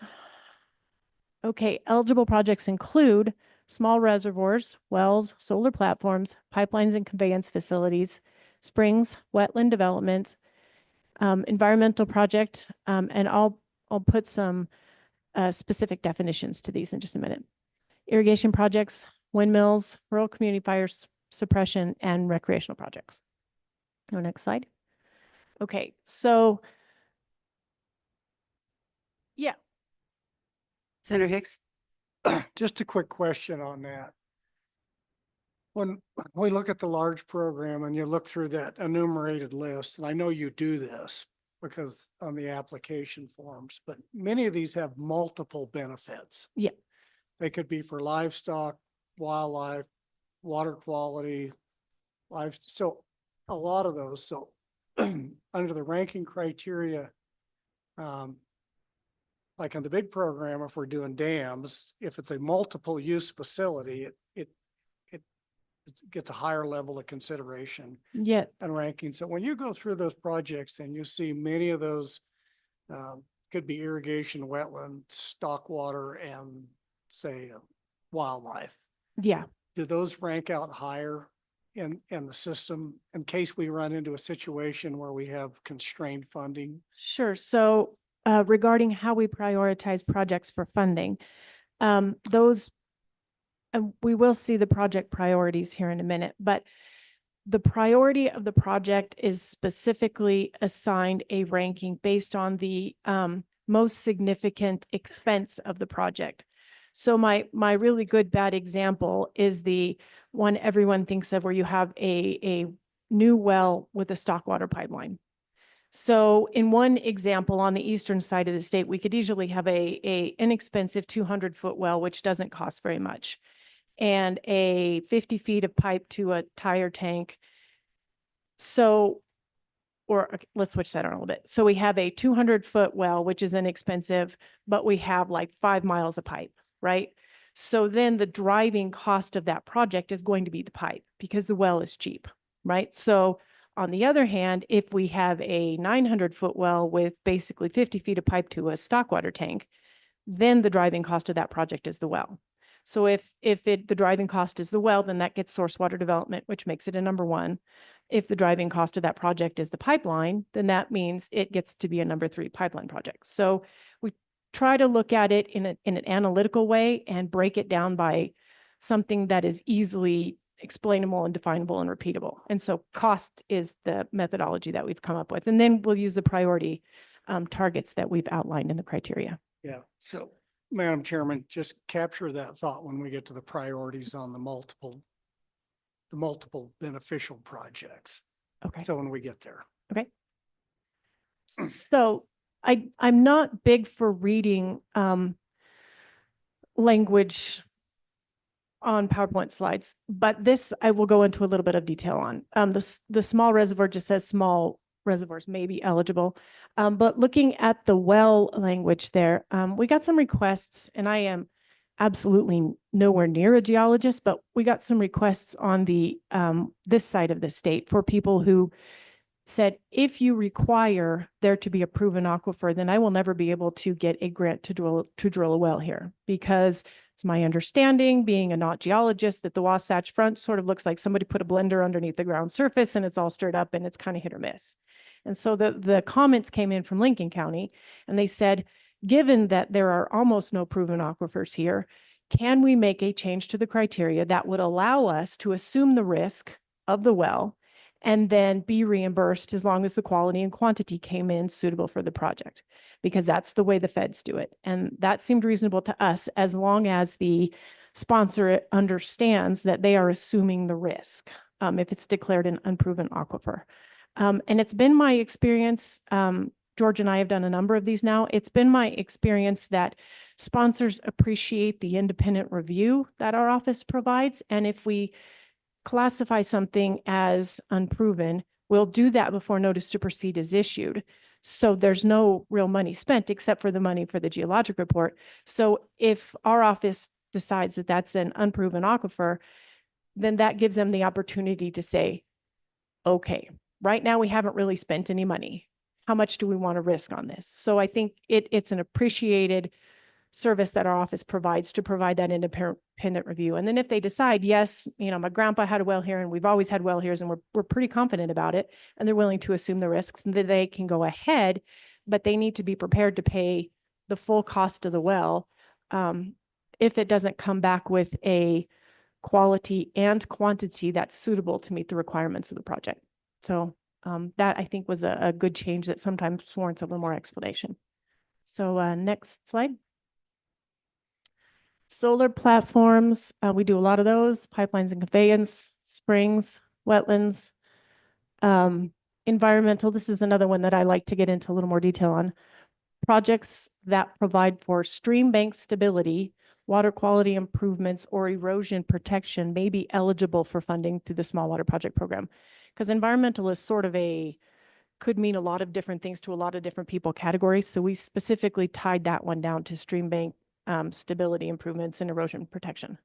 And then irrigation projects,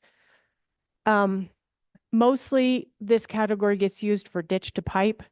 But there are other projects, irrigation projects, that we can do diversions and laterals and stuff like that. But this category, we have to be kind of careful with and look at on a case by case basis, because as an example, the public benefits aren't always there for a center pivot projects, or I should say aren't there for a center pivot project. So this is one of those categories where we have to look at each project separately and independently and then make recommendations based on the individual project. So that one is kind of vague. It just says may be eligible. Next slide. Okay, windmills. I have not done a windmill. I've been doing this since 2015. I don't think we've done one. So I don't know. Maybe one day we will, but they're eligible. Rural community fire suppression. We do these mostly, I think, Teton County is the district that seems to be most familiar with doing these, but they have staff on their district that is actively working towards getting those needs met. And then recreational projects, we have a few of these, not a ton, but we've done a few of those. And those projects also are ones that need to be considered on a case by case basis. So next slide. Okay, criteria. Small water projects must adequately demonstrate a public benefit. Public benefits may be demonstrated, and this is just a criteria. Public benefits may be demonstrated for projects included in watershed studies. Eligible projects may be located on federal, state, public, or private land. So the reason why I always put that in red is because this is a constitutional requirement. So that's why we have to be careful and make sure that we're reviewing that when we get each of the applications. Now, the important thing to note here is that the nature of the projects that we install are inherently beneficial. So a lot of people get very analytical and numerical in their minds, and they want to quantify it and say, how do I know that we're getting our benefit out of this? All of the projects that are on that list, which is why we restrict it to that list, have an inherently beneficial nature to them. Because every time you pull cattle off of the riparian communities, then the riparian community comes back, it slows the water flows way down. And all of a sudden, we've got stories in Laramie County where a guy put in an upland watering source and we have a nice wet spring and the riparian communities come back. The very next year, it goes from an ephemeral drainage to a year-round stream. So that's the kind of work that we're seeing as a part of this program. So public benefit is very important, but there is an inherently beneficial nature to each of the project types that we have in the list that are eligible. That having been said, it is still a constitutional requirement, so we need to make sure that we're taking that into consideration when we review the applications. Next slide. So public benefit, and like I said, usually I give this presentation to project sponsors, so some of this is a little bit tailored. The sponsors are asked to specifically address the resource benefits of their projects. Explain how the distribution of livestock will improve the health of the watershed. Address how watershed health is improved and why public dollars are justified for every project in every application, and not use things like improved economics for the county or as, because water development is not in the economic improvement business. We are in the water development business. So just to make sure to let the sponsors know that we're interested in habitat and watershed health improvements. We're not really concerned about the economics of the county. So some examples, and this is far from an exhaustive list. Wildlife habitat improvements, sage grouse, improved riparian condition, fish passage, water quality improvements. Like I said, not an exhaustive list. Next slide. So here are these funding priorities we were talking about a little bit earlier. And basically they're the same, but I think the change that we made is account 1, priority 1 is source water development. And then account 2, priority 2 is rehabilitation of springs and stuff like that, because essentially that amounts to a rehabilitation source water development. So, but other than that, those two ought to look pretty similar. Let's see. As we were talking about earlier, the way this is considered, source water development would be a new water supply. We've had maybe 1 or 2 new irrigation supplies since I've been doing this. But largely that is source water development, like a new well or a new spring development. Storage would typically be a stock pond or something like that. Pipeline speaks for itself. Irrigation, like I said, that is in a lot of cases, ditch to pipe is what we do with that most often, but there are other diversion structures and stuff like that that could be eligible as well. Environmental, like I said, that's our stream channel rehab section, and then recreational. The most recent example that we have of this is that one that we got, 23, I think, where it was in the big lake above Pinedale, and Pinedale's water supply has that pipe at the bottom of the lake. And so they had that project that was putting in the erosion control on the banks of the lake at the marina so that we weren't continuing to erode the side of the, the reservoir down into Pinedale's water supply. So, okay, so the applicant worked with the conservation district, and it was a marina. The purpose was to install these water breaks for the marina because of the boat traffic and stuff. But the public benefit was obviously, to reduce erosion on the banks to help keep, the stability of Pinedale's water supply intact. So, other things we do under recreational tend to be fish passage and stuff like that. Okay. Projects that have completed and provided copies of all the necessary designs, permitting, and funding requirements on or before November 15th may be classified as shovel-ready and may be considered a funding priority at the commission's discretion. And this is typically a priority one. In cases where funding is limited, higher priorities may have a greater chance of receiving funding.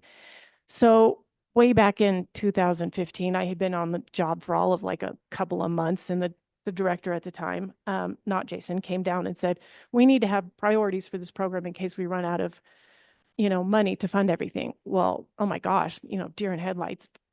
How do we tackle a request that big?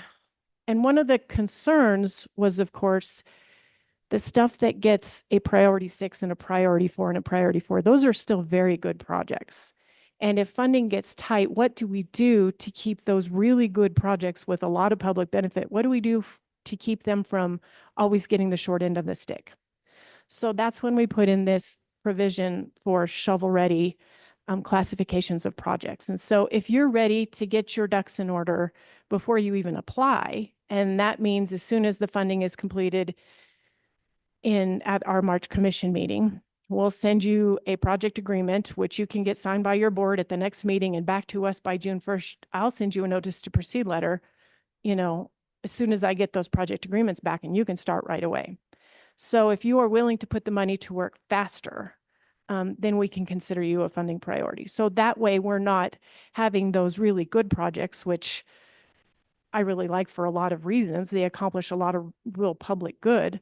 We're not always having those guys be the short end of the stick because it's not necessarily something that has always been an agency traditional program project that we would normally consider. So anyway, that was to sort of work around the lower priorities and make sure that they had a way to get funding should the need arise. Madam Chairman. Senator Hicks. So along those lines, Jody, if you could, based on the time that you've administered the program, talk about the non-shovel ready projects. You showed earlier you had 177 active projects, but we only had 83 or 86 applications last year. What's the average time frame from the time that it takes to get these done, and a little discussion about it? They're still relatively fast in context of the large project program, but so how many? Go ahead. That's a good question. And the engineer in me wants to tell you, well, I'll have to go back and calculate that because I haven't actually, got the data off the top of my head. But just leaning in on what I typically see without, math to back it up. Typically, I would say they take 2 years. And I start getting pay requests pretty heavily in July for projects that are going to expire, that year. We do have a lot of project sponsors who have very eager landowners, and we do get a fair number of those who either get started in the first couple months or they tend to take, maybe a little bit more time to get the project in order. So I don't have an average for you, but I would say I would lean towards one of two camps. There's the camp that has we're going to get it done in the first 4 months because I'm been raring to go on this. And then there's the other camp, which is, they get it done in the final year. So let me ask you a question on that, because they really can't even start till they've signed the contract. And that's part of the omnibus water bill comes through.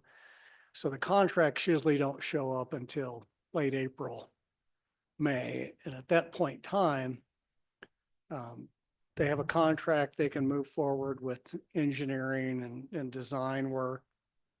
Then they have to submit that for notice to proceed. It's the nature of the process that probably drives, would you, given that they can't even start usually till late April or May. And particularly that requires a certain level of engineering. Yeah. It's just, you need almost a year to get everything done, back to your office, get the approvals, water rights permits, all of that stuff done before you go to construction. Would that be accurate? You know, that I would add one clarification to that. If you're going to come in as a shovel-ready project. Yeah. And I took that all the way up to the Attorney General's office just to make sure that we were not coloring outside of the lines on this. If you come in and your project is awarded shovel-ready status, then I can reimburse you for your engineering design expenses that were incurred prior to approval of the project. So there is maybe that one exception. And a lot of the districts, they have an NRCS agent ready to go, and they've been working on this for a while. And so they've kind of got it like 3/4 of the way, but not 100% of the way. So, you know, by the time they get our funding, they know they've got all the pieces in place, and it doesn't take too long to get those last few things checked off the list before it's ready to review. All right, thank you. Okay, I Madam think, Chair, Commissioner Sukur? Jody, I have a question for you too. For example, does all your criteria need to be stamped by an engineer? Does it have to be totally designed so we, before you approve it? so we follow the laws as they're established by the Wyoming Board of Professional Engineers. And their rule says that if it's of an engineering or geologic nature, or maybe that's state law, you guys are probably better at that than I am, but the PE board and the PG board governs that. And so if it's of an engineering nature, then it needs to be done either by a federal agency or by a professional engineer. And if it's of a geologic nature, I think theirs read pretty much the same way. If it's of a geologic nature, it needs to be done by a professional geologist or a federal agency. So our criteria is set up so that it reflects the rules of those other governing bodies. Thank you. And it does make the project easier, whether it be a federal agency or a professional engineer, because if you get your project, you hire an engineering firm at the beginning of the project, and there are districts who will group these together and say, we've got 5 this year and we're going to hire this engineering firm and they're going to do all of them. And because they're grouping them, it's easier for the engineering firm to make that affordable. And so they'll get it all bundled together. And that makes it easier because then when you get to the end of the project, you've got an engineer lined up to inspect it, and then they can sign off on the changes to the plans. And then that is one of the requirements that we require before we will pay on a project. So we require that we either get a signed set of as-built from a licensed professional engineer or a signed set of as-built from a federal agency. And so that is one of the safeguards that we have put in place to ensure proper payment and funding of the projects. So there's 3 issues here, I guess. The project that I'm just thinking about is wetlands. Mhm. That's one mitigation for wetlands. Is that correct? That your program takes, We- or that inhibits, or it meets your requirements? The other one is, how about ponds? A pond We do a lot related- of ponds. and a well. Okay, say that again? A well, A well for a pond? to fill the pond, I guess. You know, we have only done like 2 of those, and it's people who are looking for a habitat in a place where there wouldn't be a year-round surface water supply. So we have only done a couple of those. We don't have anything in the criteria that says we can turn those guys down.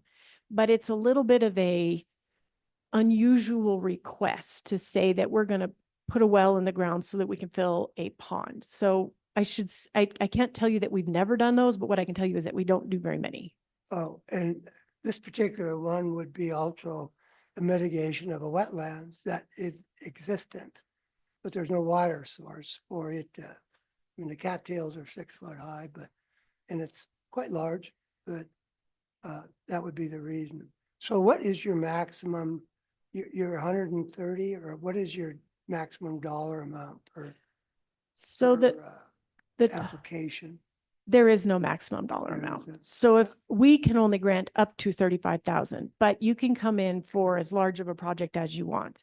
And we've had some big ones come through that have been over $1 million, but it's been put together by people who are really good at putting together private dollars or other funding sources. And so the fact that we have $35,000 to service as sort of like a checkbook for the project. And of course we pay at the end, right? So I pay based off of invoiced expenses, but then you can get the Ducks Unlimited, who has a team of engineers to do the design for you, you know, as their contribution. And then you can get Trout Unlimited and they can do the, you know, their private funding dollars. And so there's a lot of people who are really good at putting those other funding sources there. So we don't have a cap. So there's no match for the 35,000. The match So- comes from the private dollars up to that million or whatever it is. Okay, but your source is 35,000. So we would have to find 35,000 to match yours. Is that correct? Or would your 35,000 stand alone if the project cost was only 35,000? Okay, so yes. It's 50% not to exceed 35,000, right? So Okay. if you have a $50,000 project, I can grant you 25,000. If you have a $70,000 project, I can grant you 35,000. If you have a $1 million project, I can still only grant you 35,000. Yeah, Does that make sense? that answers my question. And then it's the responsibility of the landowner, or the conservation district, to come up with the remaining funds beyond our contribution. Sure. Thank you. Madam Chairman, Senator Hicks? can I just add a little editorial here as to, in the context of why this program is so important? Should we And take a vote? Jody, no, but Jody highlighted it. It's about the leverage. And so when you look at a project and you know there's an application time frame, and you can look at the criteria, whether it's shovel ready, but it's a account one, source water development. It's a $200,000 stock water pipeline that you've got conceptually out there that's going to benefit elk in the Red Desert in Sweetwater County, Wyoming. We've done a few of these. This is a real life example. But until we knew we had that first $35,000, because they're grant applications. But when you can sit down and show that you've got $35,000 for this well and another $35,000 for 20 miles of pipeline on Delaney Rim, then you can go out to these other sources and say, look, we've got a program here that will match your money. So having this program as the upfront leverage drives a lot of the other money that goes to water development in the state of Wyoming for these purposes because of this program. If it was just the reverse, somebody going to say, well, I don't know that you can come up with that additional $35,000 or $70,000 for a $200,000 project. You go get some money first and then come back to us. And so that's one of the real values of this program, is being able to know it's there, it's available. Your project meets the criteria. It's going to rank pretty high. And so with a high degree of confidence, you can go out to those other funding partners and say, look, we could pull this $200,000 project together with 70,000 from water development, for one for the pipeline, one for the well. And so it absolutely is critical to have that first money in any of these large projects. This program affords that opportunity to happen. Yeah, it's feasible. And I think, and we're lucky that we've had Jody with us for doing a great job all these years. And I think it's interesting that she noted that Teton County is very good at pulling all these sources together. And, you know, hopefully we can keep training all the rest of our areas and get them on board. I'm glad to hear that we've done some, obviously, in Sweetwater County, but it's interesting that some places are quicker on their feet to get it. Thank you. One other nuance that I would just add for clarification to what Senator Hicks said. Each project has to be a standalone beneficial use providing project all by itself. So we get questions of, can you phase a project? Well, the answer is I can't build you half of a diversion. That doesn't make sense.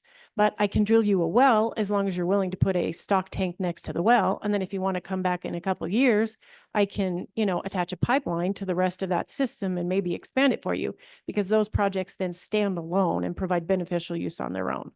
So that was one of the questions that came really early on that we had to kind of wrestle with. So that's sort of where we landed. So next slide.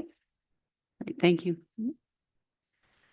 Okay, eligibility. Our most common applicants are the conservation districts. They've gotten pretty good and understand our program very well. But also watershed improvement districts, water conservancy districts, irrigation districts, municipalities, the business councils of the tribes, and other assessment districts are funded according to WAMI law. So small water projects must adequately demonstrate a public benefit, and applications are due November 15th of each year. So next slide. Okay, this is no longer controlling, but this is because we are statewide, because we removed the watershed requirement. But this is where we have done watershed studies for the state. So we're getting a pretty good coverage across the state of our watershed studies. And the watershed studies, like I said, they're not a requirement, but they do a really good job of getting the word out about the program to the landowners, and then getting preliminary concepts put together that make it easy for the landowner to understand how much that's going to cost and what can be applied for. And so it makes it a lot easier to get the process started. So they're still very valuable tools. Okay, next slide. Project timeline. Applications are due November 15th. It's obtained, as you guys know, in the omnibus construction bill, the next legislative session, and applications are approved for funding at the March Commission meeting. And it works out to be about 2 years and 9 months on December 31st. And then that hard to read part in purple basically says it is the responsibility of the project sponsor to make sure that the project's completed in that time. Just because it's such a popular program, and that's 177 is a lot of them. So, but the project sponsors, I don't want anyone to sell the project sponsors short. The project sponsors and the conservation districts do a very good job of getting these applications put together and getting the projects seen through from beginning to end. And they all have a different way of taking on the projects.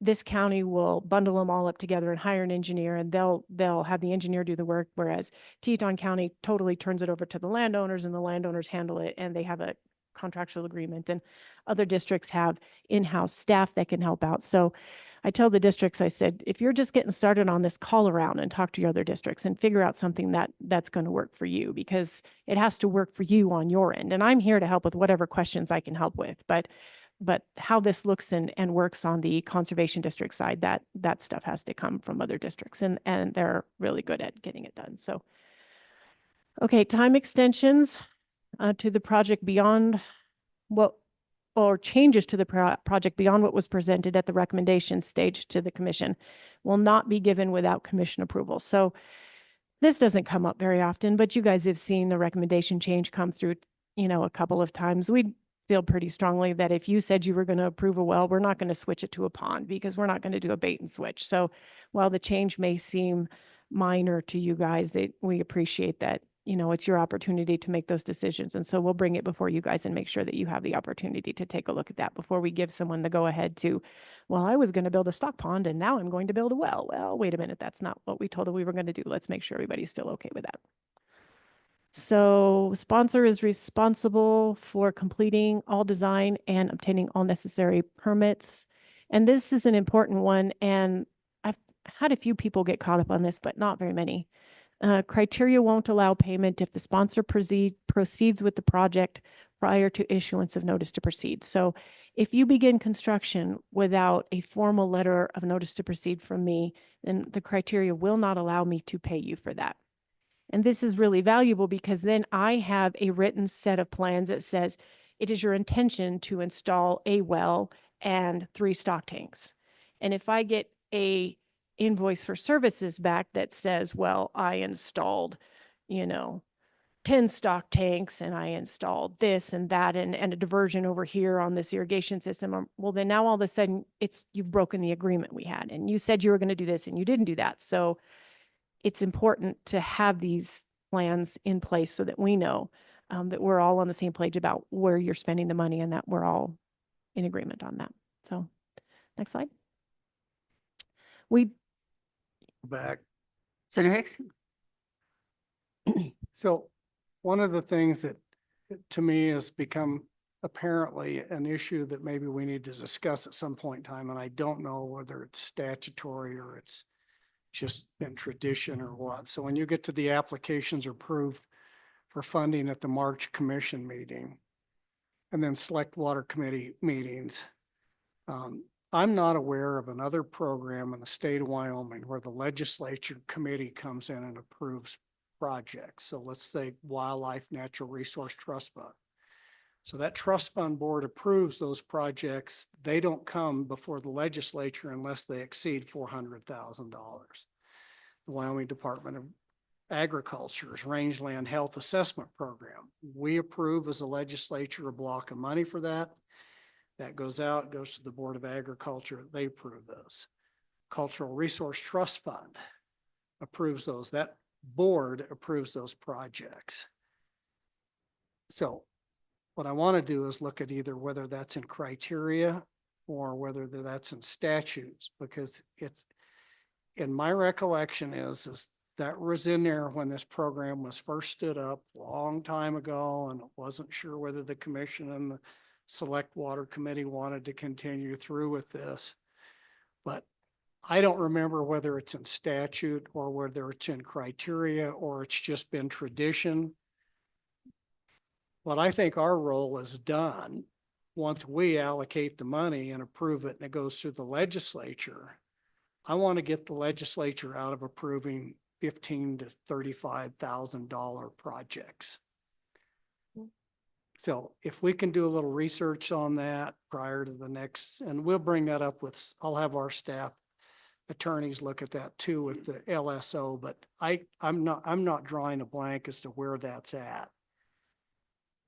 Madam Chair, Senator Hicks, just a clarification, I guess. So when we determine, I guess, the amount of money that's existing in account 1 or account 2 small water program in a given year, we get the new applications in, we realize we need $500,000 more, for example. That's what then goes into the omnibus construction bill to add $500,000 to the program. At the March meeting, we bring all those applications, recommendations for the project agreements to the commission, and we get select water committee review and recommendation because it's a contract for more than $5,000. Yeah, and we don't do that with any other program in the state of Wyoming that I'm aware of. When we appropriate that money for the small water program out of account 1 and account 2 for new development and rehab, and we put $1 million in there, that goes before the legislature for the program. Program's authorized, we pass the money's there for the small water project program. At that point in time, that's a commission decision to go back and approve those individual a lot of them are less than $35,000 projects. At that point in time, that should be a responsibility of the commission to approve those and move those forward. And we're spending way too much time reviewing all these projects. And again, we don't do this with any other agency program that runs on a very similar. We appropriate the money for the Rangeland Health Assessment Program, Cultural Resource Trust Fund, Wildlife Natural Resource Trust Fund. Those boards and commissions approve those smaller projects under there. We've got similar language now for this outdoor recreation stuff. If they're under a certain threshold, that just goes to the board. We've allocated that block of money for this program. That's what you have to work with. You've got your own criteria to how do you rank those and how you fund those. I just think it's unnecessary at this point in time to continue to involve the legislature once we've allocated that money, because we don't do that with any of those other projects. And Madam Chair, Senator Hicks, that's for projects less than $400,000, correct? Just so I understand. We changed that 2 years ago for the Wildlife Trust Fund. Anything over 200,000, they had to come to the legislature. So if the board approved a project over $200,000, it had to go into what we call the large project bill every year, just like the omnibus water bill. We raised that threshold to $400,000 2 years ago, a couple of years ago. So again, and we did the same thing with the Cultural Resource Trust Fund.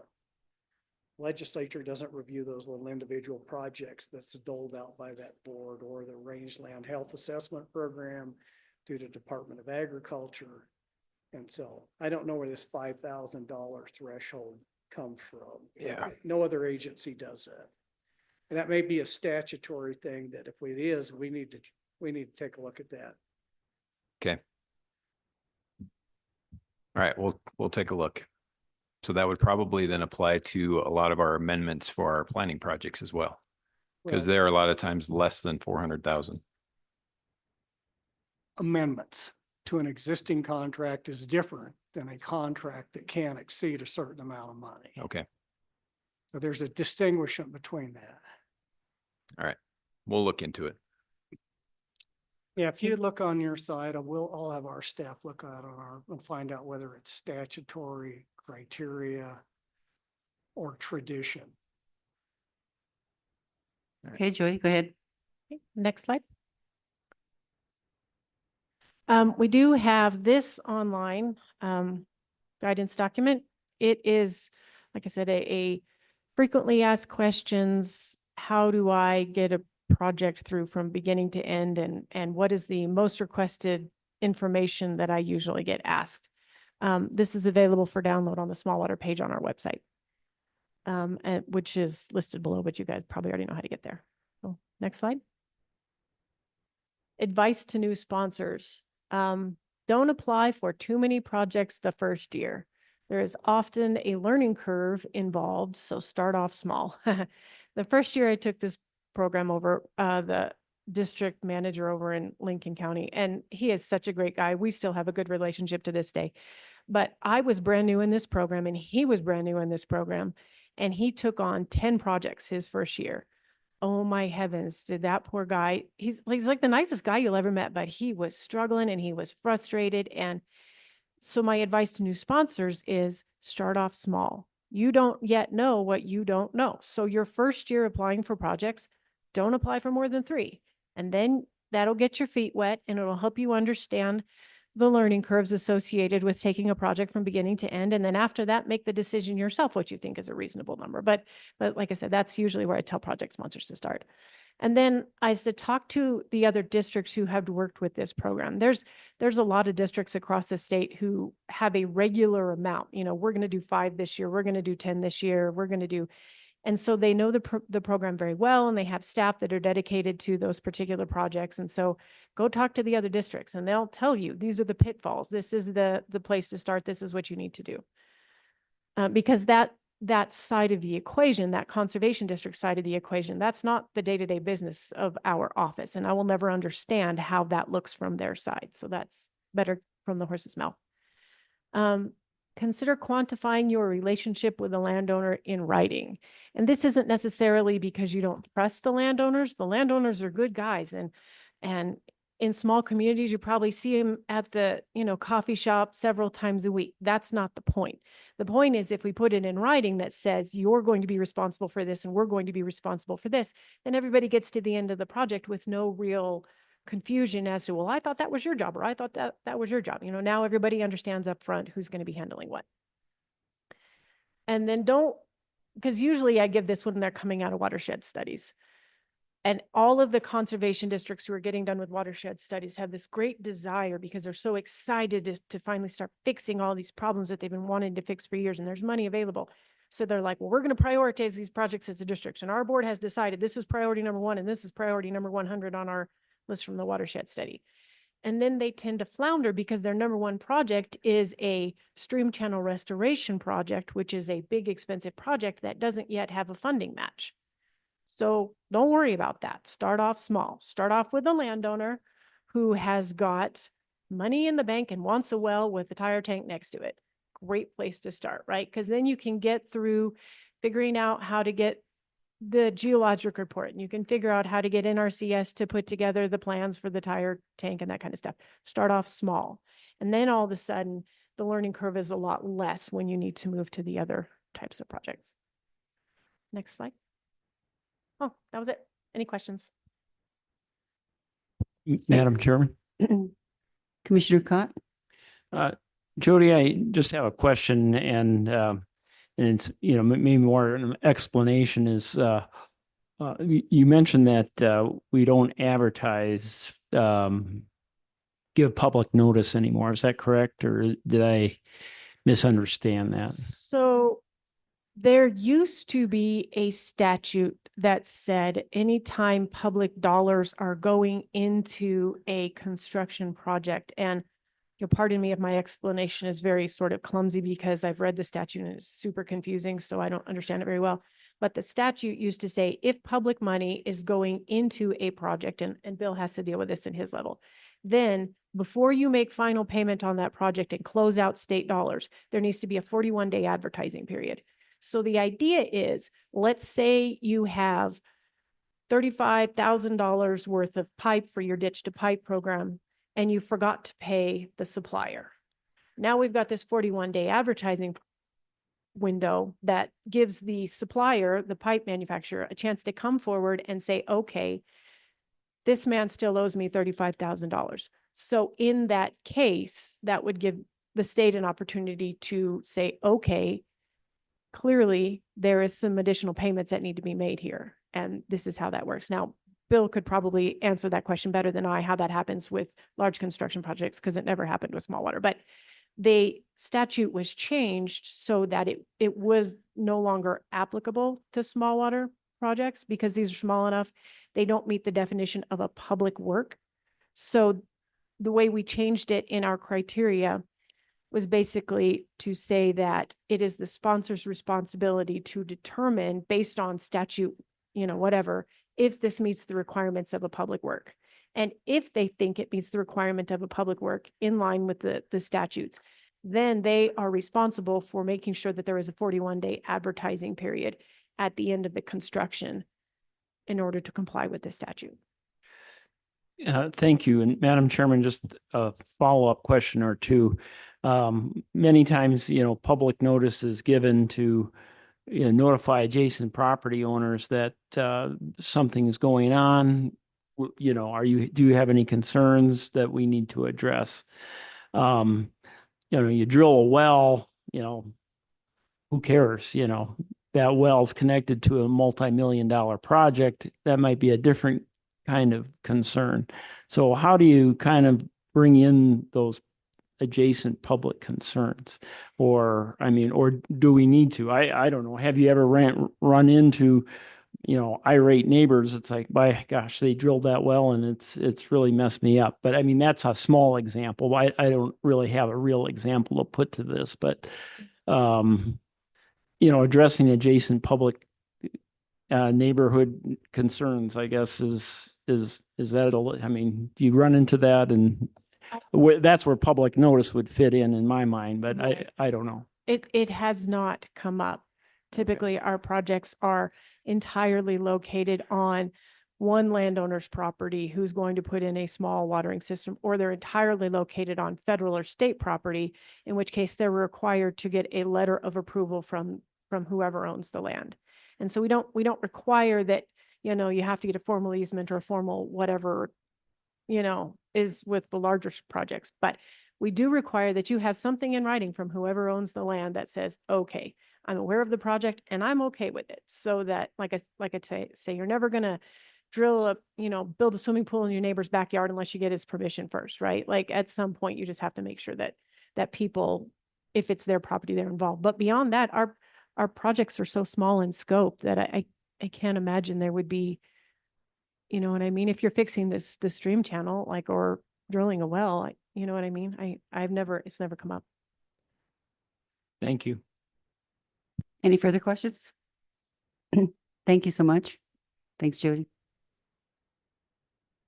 So Director, next on it is the Inflation Reduction Act discussion. Madam Chair, if I could stay on the same subject for just a few more minutes. I've got a couple of recommended edits to the small water criteria. Okay, great. And if David could bring those up. small water criteria, strike and add. And just while they're bringing that up, this is really just to bring in the language again from the omnibus construction build, just like I did in the program criteria, with a few other edits that I'll let Jody explain. As I mentioned, kind of process edits.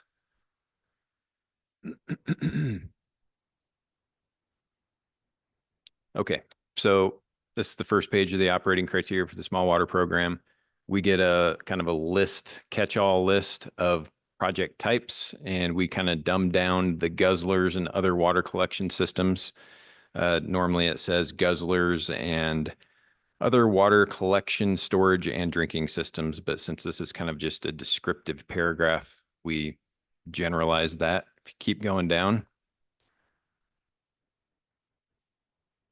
Okay, so this references the statute for both account 1 small water and account 2 small water, and more or less word for word spits out what the account 1 small water description is as far as eligible type projects. So there we added the entire language that was added through the omnibus water construction bill last year.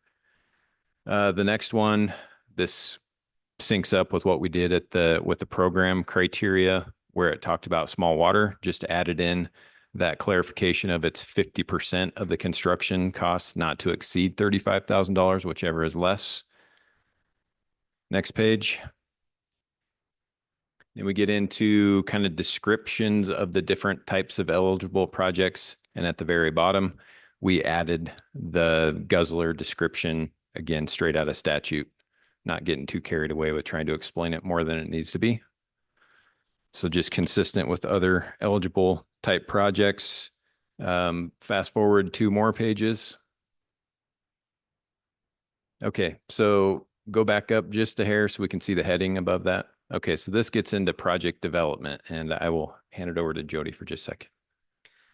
So to sort of preface this and to give a bit of an explanation, it has been my understanding of human nature, myself included, that many of us are deadline motivated. We all have a tendency to say, well, when do I have to have that done? And then we work on making sure that we meet that deadline before things get turned in late. So as the schedule with small water runs right now, there really aren't a lot of those benchmarks for the schedule within the small water program. So in the last couple of years, now that the project load is getting a little bit bigger and that we've got some new sponsors, we've started having, last year was a really sort of ugly year, but we've started having more and more sponsors. If the project is set to expire in December 31st of that year, we've started having more and more sponsors come in November requesting a notice to proceed review. Well, then you're 60 days before the project money disappears. So now we've got a problem because we've got 177 active project and I had 20 people in line ahead of you. But now, because you still haven't got notice to proceed review, we have to cut you in line in front of everybody else and make sure that yours gets worked really quickly so that you can get your contractor on and still meet the deadline to get the payment request turned in before the money disappears. So what I am trying to accomplish with this change right here is to give a benchmark and say, okay, in order to keep things running smoothly in the office and to make sure that I have time to process everything appropriately, we need to have notice to proceed reviews turned in by August 1st. So the way that reads is project sponsor shall have project notice to proceed review request to the Water Development Office by August 1st. Notice to proceed review request received after this time will be considered in the order they are received without consideration for project expiration dates. So what this basically says is if you come in for a notice to proceed review after August 1st, you don't get to cut in line against the people who are already had their stuff in on time. Should we add by August 1st of any given year? That's not a bad addition. Yeah, So you might. maybe we could change it to by August 1st of any given year. But the idea is that just because you waited till the last minute doesn't mean you get to cut in line ahead of the people who are being responsible. So, and it helps me out because last fall was so completely torn up I had a lot of sponsors doing this. And I didn't even get a chance to look at new applications because there were so many last minute requests with people who had one fire after another that it messed up the entire timeline, the whole fall. So learning, I am thinking that maybe if we give people something to shoot for, that will then help them to make better decisions along the way. All right, thank you. That's a good idea. Question for clarification. Senator Hicks? It doesn't say August 1st of what year? So is that the year that the application was approved, or getting back to our earlier discussion, these projects usually take 2 years. Yeah. So I think Jason suggested adding of any given year. And I think I would just say that if your project is in its first year or it's in its, second year, just know that we would like to have all of the notice to proceed reviews to the office by August 1st.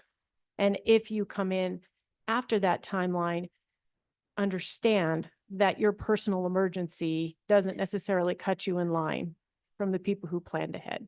yeah, and I think that's a good idea. It's just the timing on the issue. And so again, most of these contracts aren't even signed until early May. And you really can't start until you have a signed contract.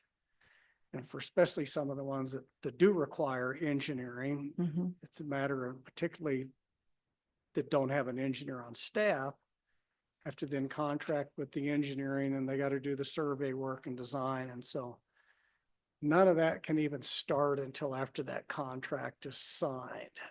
And so you've constrained that now down to, and a lot of places you can't get in April 1st around the state of Wyoming. So now you're back to mid-May.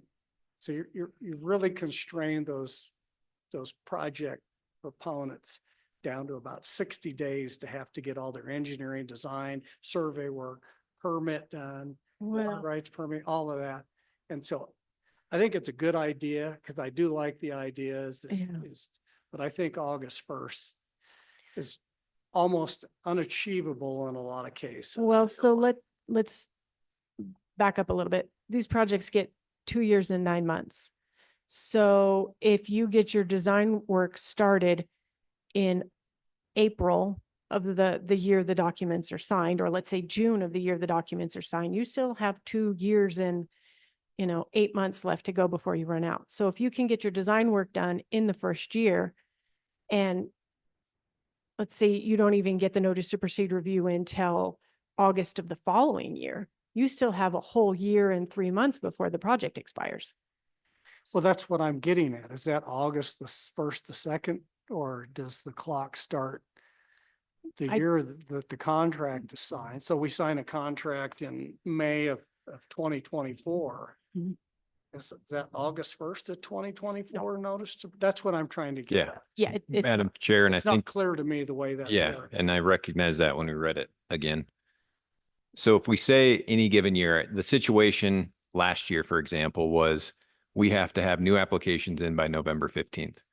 We had a glut of projects that were, oh my gosh, the sky's falling. We're almost at the end of our contract. We need you to give us notice to proceed. At the same time, we're trying to process new contracts, and we have a time frame we have to meet to get to the March meeting. And final payment. And we've got one and a half people, because we've got folks at the office that help Jody out, but Jody's the main person. So Just that's what we're clarifies trying. that It's August 1st of any year. That's right. Yes. So even if it's a 2-year-old contract. Yeah. And I get it to you by August 1st. Yep. So and maybe, somebody comes in with another 2-year-old contract on October 1st. Exactly. They're in the back of the line. Yep. Okay, but So- it's not clear to me that's what. yeah, that so means. possibly by August 1st of any given year within the contract period. Yeah. How's that for more muddy? Yeah, I just want to make sure that that's clear. Yeah, Because all right. that's not the way I read it. I was like, Okay. no, the year the contract's issued, we have till Yeah. October 1st. Yeah. No, All the idea is just because you didn't plan very well doesn't mean everybody else should have to, be put in line behind you. All right, so we'll work on that one maybe for Thursday. The last one is on go to the second to last page. Let's see. So we're under program expenditures. Yeah, go ahead and just go down to the last page, sorry. And then Jody, I'll let you, again, you kind of already talked about this, but And this has been sort of it's in the guidance document already. This has been sort of the in-house operating procedure for the last several years. But as long as we were talking about criteria anyway, we thought we would go ahead and put it in the criteria to give us something to point back to. But in order to receive payment before the expiration of funds for projects expiring on December 31st, final payment request shall be provided to the Water Development Office no later than December 1st of the year of expiration. And like I say, live and learn. The first year I took over this program, there was no real deadline there. So I had, Christmas, right? Everybody has Christmas in one sort or another. And I take over the program and I've been at it for all of a couple months now. And I had, 5 projects come in like 2 days before Christmas and their final pay request packages are incomplete. And now all of a sudden I'm having a major panic attack because I've been doing this all of, a few months now. And I'm like, how am I going to get these people paid?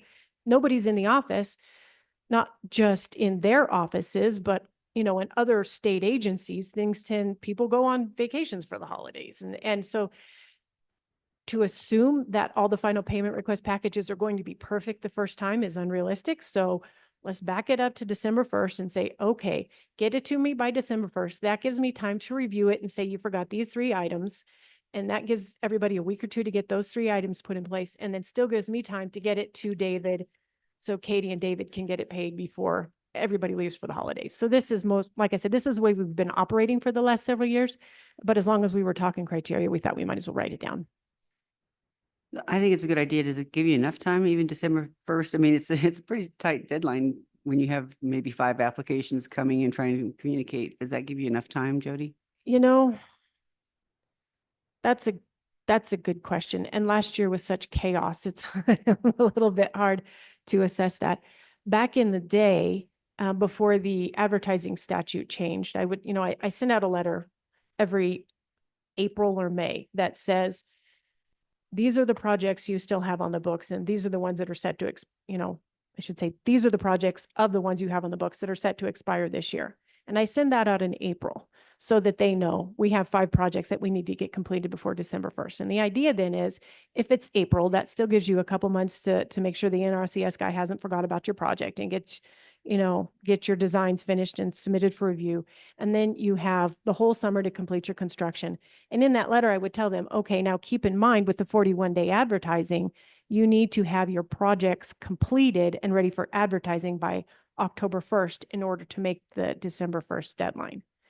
So that backed everything up for everybody to say, okay, be done by October 1st. So you have your window for your 41-day advertising and still have time to meet this December 1 deadline. So now we don't have the 41-day advertising window. So maybe that's part of what's rippling through the system and everything's coming in a little bit later, a little bit less rigidly than it was before. We could move that back. That wouldn't hurt my feelings. I was just asking just to make sure, because holidays are tight for everybody and Yeah. you and everyone else involved. So Yeah. Jason, do you have a thought on that, Director? Mead? Madam Chair, I think let's start with December 1st. I'm afraid if we back it up too much, we're going to get into, Construction. and finishing construction on projects. So let's try this, see how it works, and go from there. Great. Thanks. Anything further then? So, Madam Chairman, so Senator Hicks? what currently happens, Director or Jody, if somebody doesn't get it in until January 3rd? It's never happened because David and I talk to each other on a pretty regular basis, and he's got a list that matches up with what's on his books. And and I've got a list in my database. And so we sync our lists regularly throughout the year. So as we get to October, and the list started out with 35 projects statewide that are going to expire, and it's worked its way through the system. And now I'm down to the last 10 in October that still haven't finished. I'm on the phone talking to those people saying, hey, did you know? And you can either get this project finished if that's your intention. That's fantastic. Keep in mind the December 1 final payment deadline, or we don't penalize you to withdraw your project and cancel the project, because then the timing of that is such that we can revert the money and make it available for the next funding cycle. So we tell people then that they have the option, if they're just not going to get it done, that they can then voluntarily request that the project be canceled and then come back next time shovel ready. And that makes them a priority one. That's assuming the project isn't already under construction and run into a hiccup on materials or weather or, and so I just think it's always good on these is to give yourself an option. I mean, you could have somebody that gets hit on the highway and killed. Right. Right? These things really do happen in real life. And so to have that potential, let's call it the escape clause in there and something along the effect that the commission may take under consideration extraordinary circumstances to go ahead and authorize payment after December 31st. So the way we've handled this in the past, I apologize if I interrupted you, but the way we've handled this in the past is during that time frame in the fall, when I'm making my phone calls and trying to figure out where the projects are and how they need to be moved forward. If they're not going to get the project completed in that time frame, we do have the option of coming back for an amendment. And that is something that we try not to do, just because the workload of this program is sufficient as it is to, if we extended all the people who put it off till the last minute, then we'd have, way more projects on the books. But that is something we have done, especially since COVID, because it seems like inevitably ordering materials is just not as easy as it used to be. COVID, it happened. And now all of a sudden you order materials and you just can't get them. And so we have made allowances for, this happened and now we can't get materials, or this happened and, there was a massive flood and we had to reallocate the money to fix the broken thing that got washed out in the flood. So we've made allowances for those, extraordinary circumstances in the past. But you have to be careful, and you can't wait till December to do that because we don't have a December commission meeting every year. So we have to kind of make sure that we're thinking those thoughts sooner than December 1st. And Madam Chairman, I think you do a great job with that. I mean, we've experienced that. I'm talking about the unforeseen circumstance that you can't get a hold of somebody because they're dead. Mhm.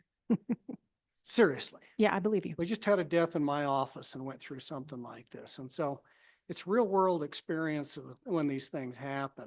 And I think for extraordinary circumstances, the commission should be allowed to go ahead and authorize payment for these projects, because it may be the project's done. It's just somebody to do the actual billing and submit it before December 1st of the year, and it doesn't get there. And I just don't want to not have that extraordinary circumstances and up to a little bit of discretion someplace in there.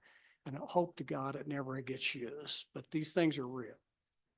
And that the reality of how that works in the system with the contracts is something that David is more familiar with than I am. So I don't know how that looks. Sorry, David. I don't know how that works on your end, but the project agreement says this is the drop dead date. I don't know what that looks like on your side of things. Perhaps we can talk about that between now and Thursday and come back on Thursday and let you know if we can handle it with our current ways of handling things or if we need something different. But again, this is crazy. Yeah. Okay. Yeah. Thank you. Anything further? Okay. Director? Okay. So we'll bring this back up again on Thursday, just like our program criteria. Now we are ready to move on to Inflation Reduction Act. Okay, please proceed. Okay. I'm gonna wait for Katie to bring up a couple of slides for IRA, Inflation Reduction Act acronym. Do you want to take a 5-minute break or just, Oh, is that should we just take a 5-minute break real quick? sure? Okay, so we're gonna be back at 4:20.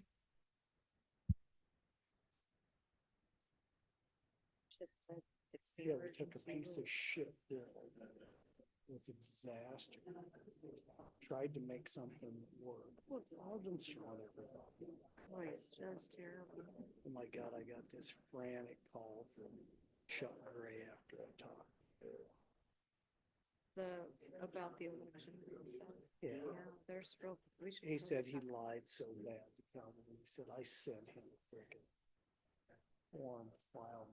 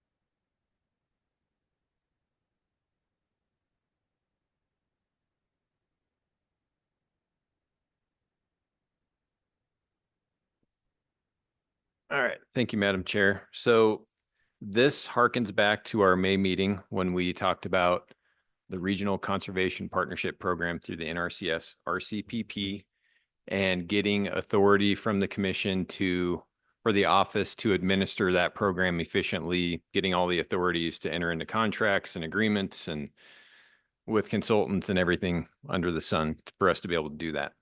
So now on Thursday, we are going to be asking for basically the same thing for the IRA funding or the Inflation Reduction Act funding.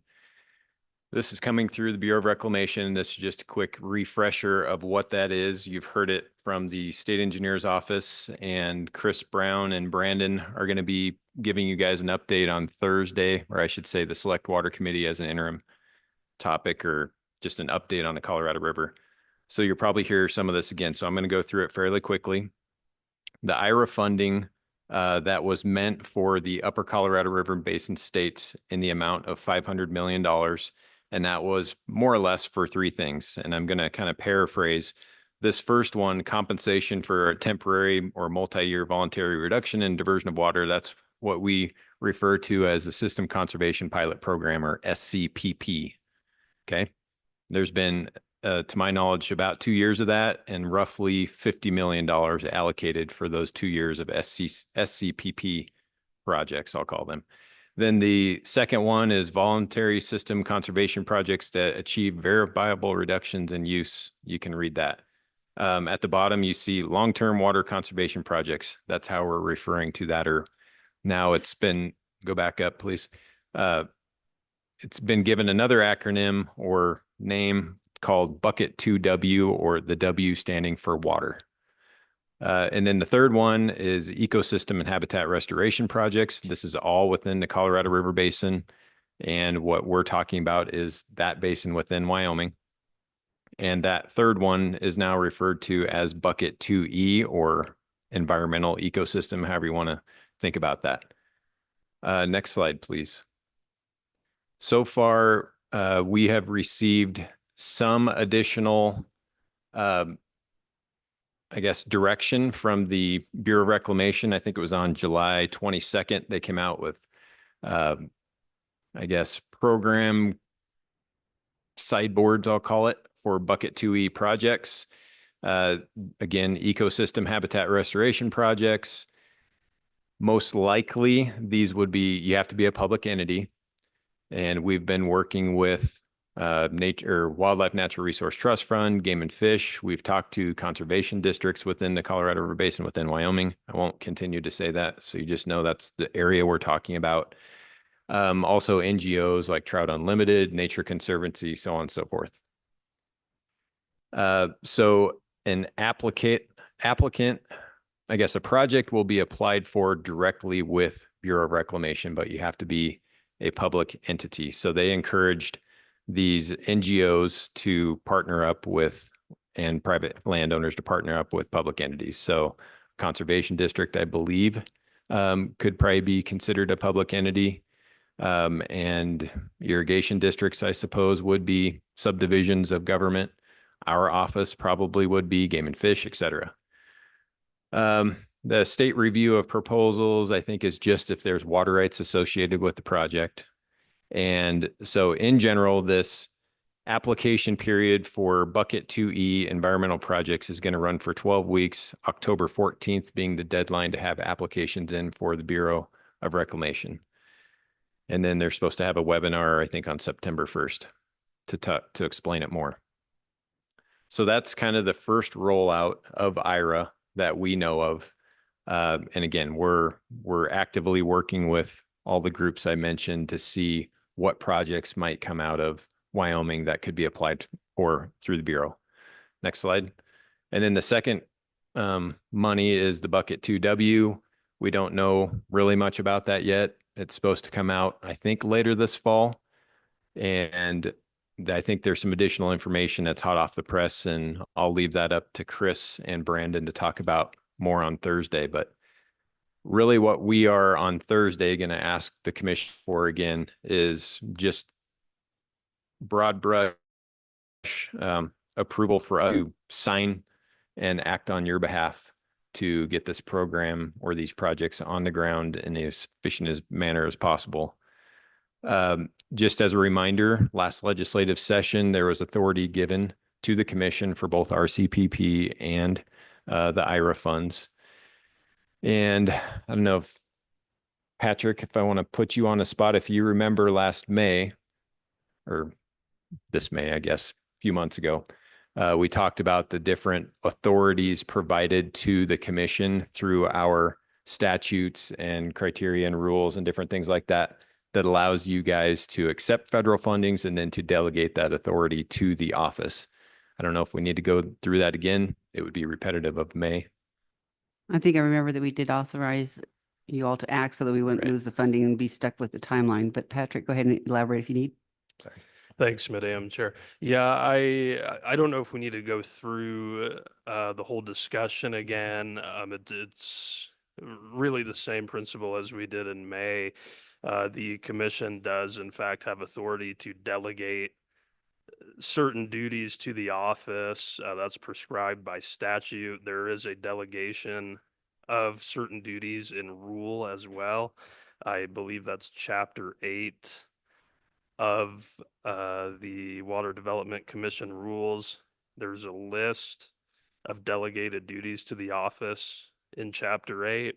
However, we do want to make this explicitly clear so there is no question or concern that the office does not have authority to do this. So we just want to make it explicitly clear like we did in May. Perfect. Any questions for Patrick? Thank you for the help there. Okay, seeing none, thanks. Yep. So Madam Chair, on Thursday, we'll have a suggested motion for you guys to look at and consider. Okay. All right. We can move on if there are no questions on IRA to, let's see here. Where are we? Sponsor contingency funds, I think. Yes. Or sponsor contingency account requests. And I will ask Bill Brewer, our Deputy Director of Construction, to come on up and handle that. Welcome, Bill. Madam Chairman, Commissioners, Select Water Members, Bill Brewer, Deputy Director of Construction. I'm here to go over a few sponsors contingency fund requests. Just as kind of a reminder, the Sponsors Contingency Fund was set up to keep projects moving along that experienced shortfalls in funding kind of related to inflation. We've had some engineering requirement changes mid-project that increase projects. We've had geologic conditions that increase projects.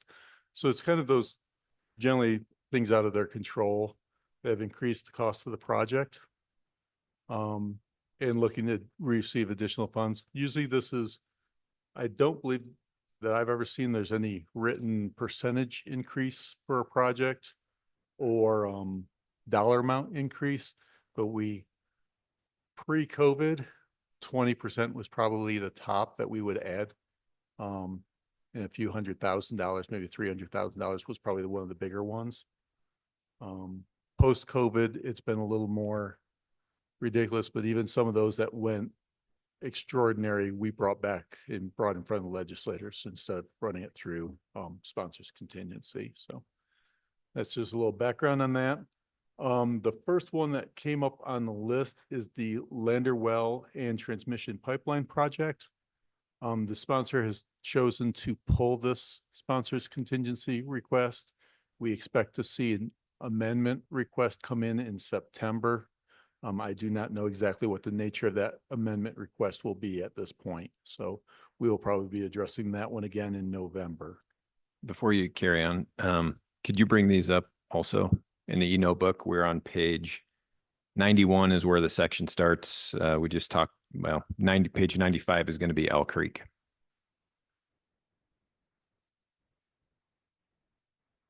So Bill, they pulled that one. We're just going to revisit it. We'll revisit it probably as an amendment request. All right, thank you. So we're moving on to Owl Creek and we're moving on to page, let's see, page down. Okay, to page 95 in the e-notebook. Yes.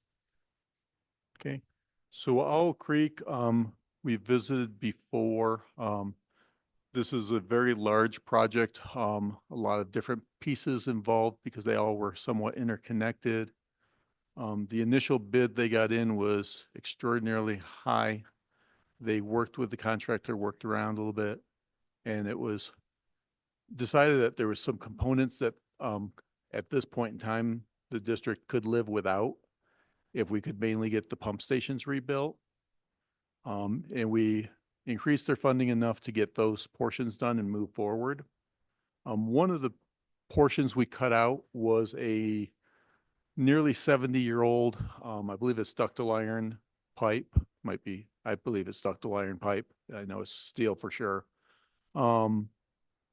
That has had multiple leaks and issues over the time. There's evidence that it is getting very thin walled, probably due to combination of erosion, sand and rocks being pumped through, bumping into it over 70 years. So it's wearing it out. The district was able to go back and secure other funding to help get that pipeline replaced. It's about $250,000 project plus a little bit of contingency in there just in case. The last time we increased their funding, we had determined that they were essentially at the edge of their borrowing capabilities. They're currently borrowing about $600,000 on this project. Their current assessments are probably, had them in here. 38. So 38.55 an acre with a minimum of 155 payment. If that's not the highest in the state, it's definitely in the top 5. So I think they're doing their due diligence to try to cover this as best they can. So what they're asking for is us to make up, or the commission to make up, a $51,000 shortfall to bring this pipeline project back in. I think it makes a lot of sense not to tie a brand new project into a 70-year-old pipeline if at all possible. And they've made it possible by securing this other funding. So it's it's the office's recommendation that we would offer them the 51,000 sponsors contingency. And Gene Skelton is here with the district to give a little more background. Yeah. Welcome, that- Jean. You want to go ahead and first just introduce yourself? I didn't catch your last name fully. Jean Skelton, and I'm the accountant for the Owl Creek Irrigation District. Welcome here. I think Commissioner Suker has a question first. So this particular item that you're making a request for is actually an add-on. It's not a lack of funding that we committed or didn't commit, or that you didn't commit in the past. It is an add-on. We're taking old pipe and putting new pipe in. Yes, So it's an add.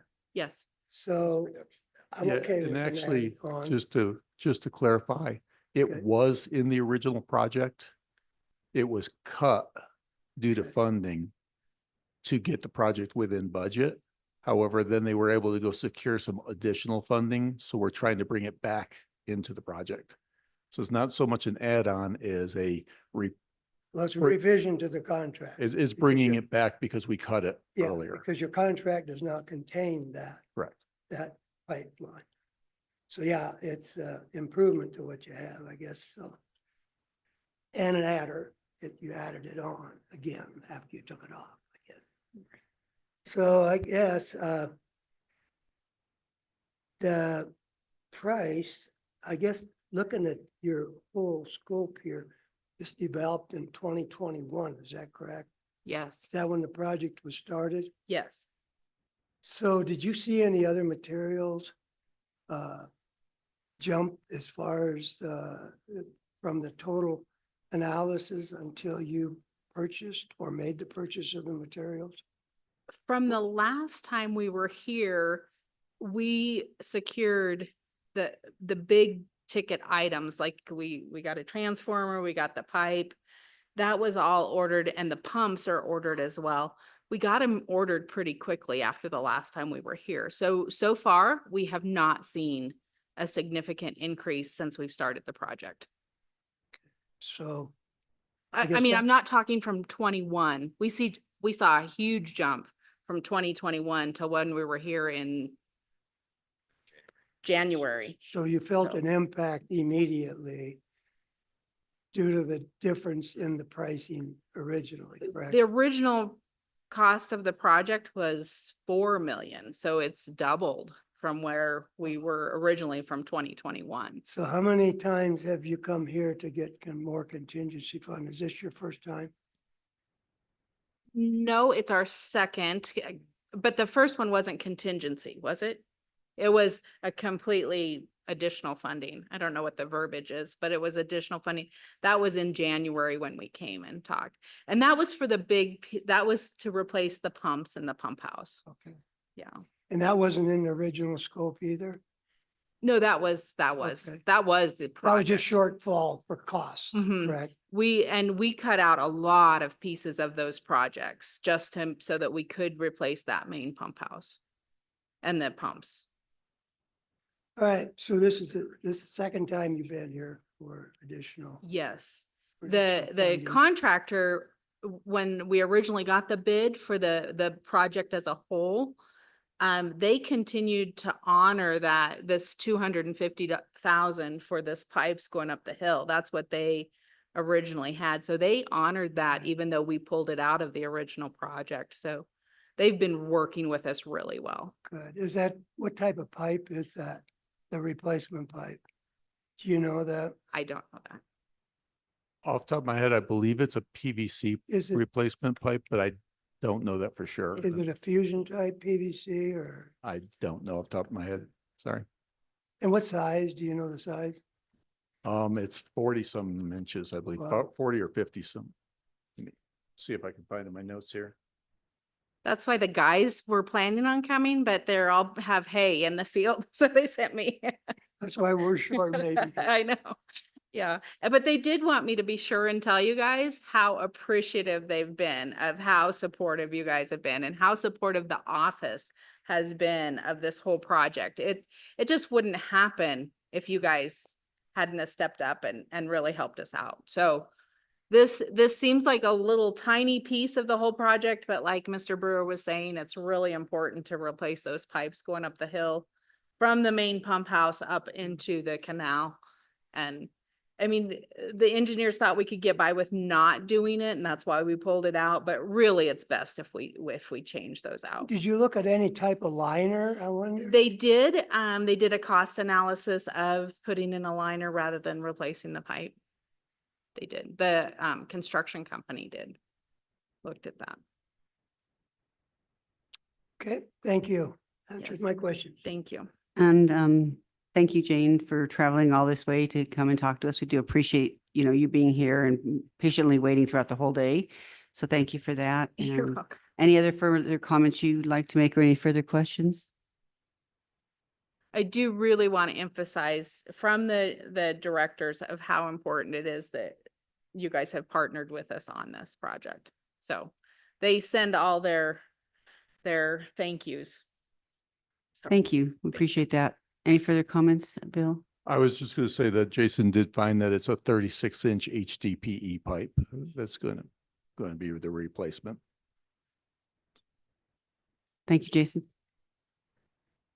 Thank you. Thank you, Ms. Skelton.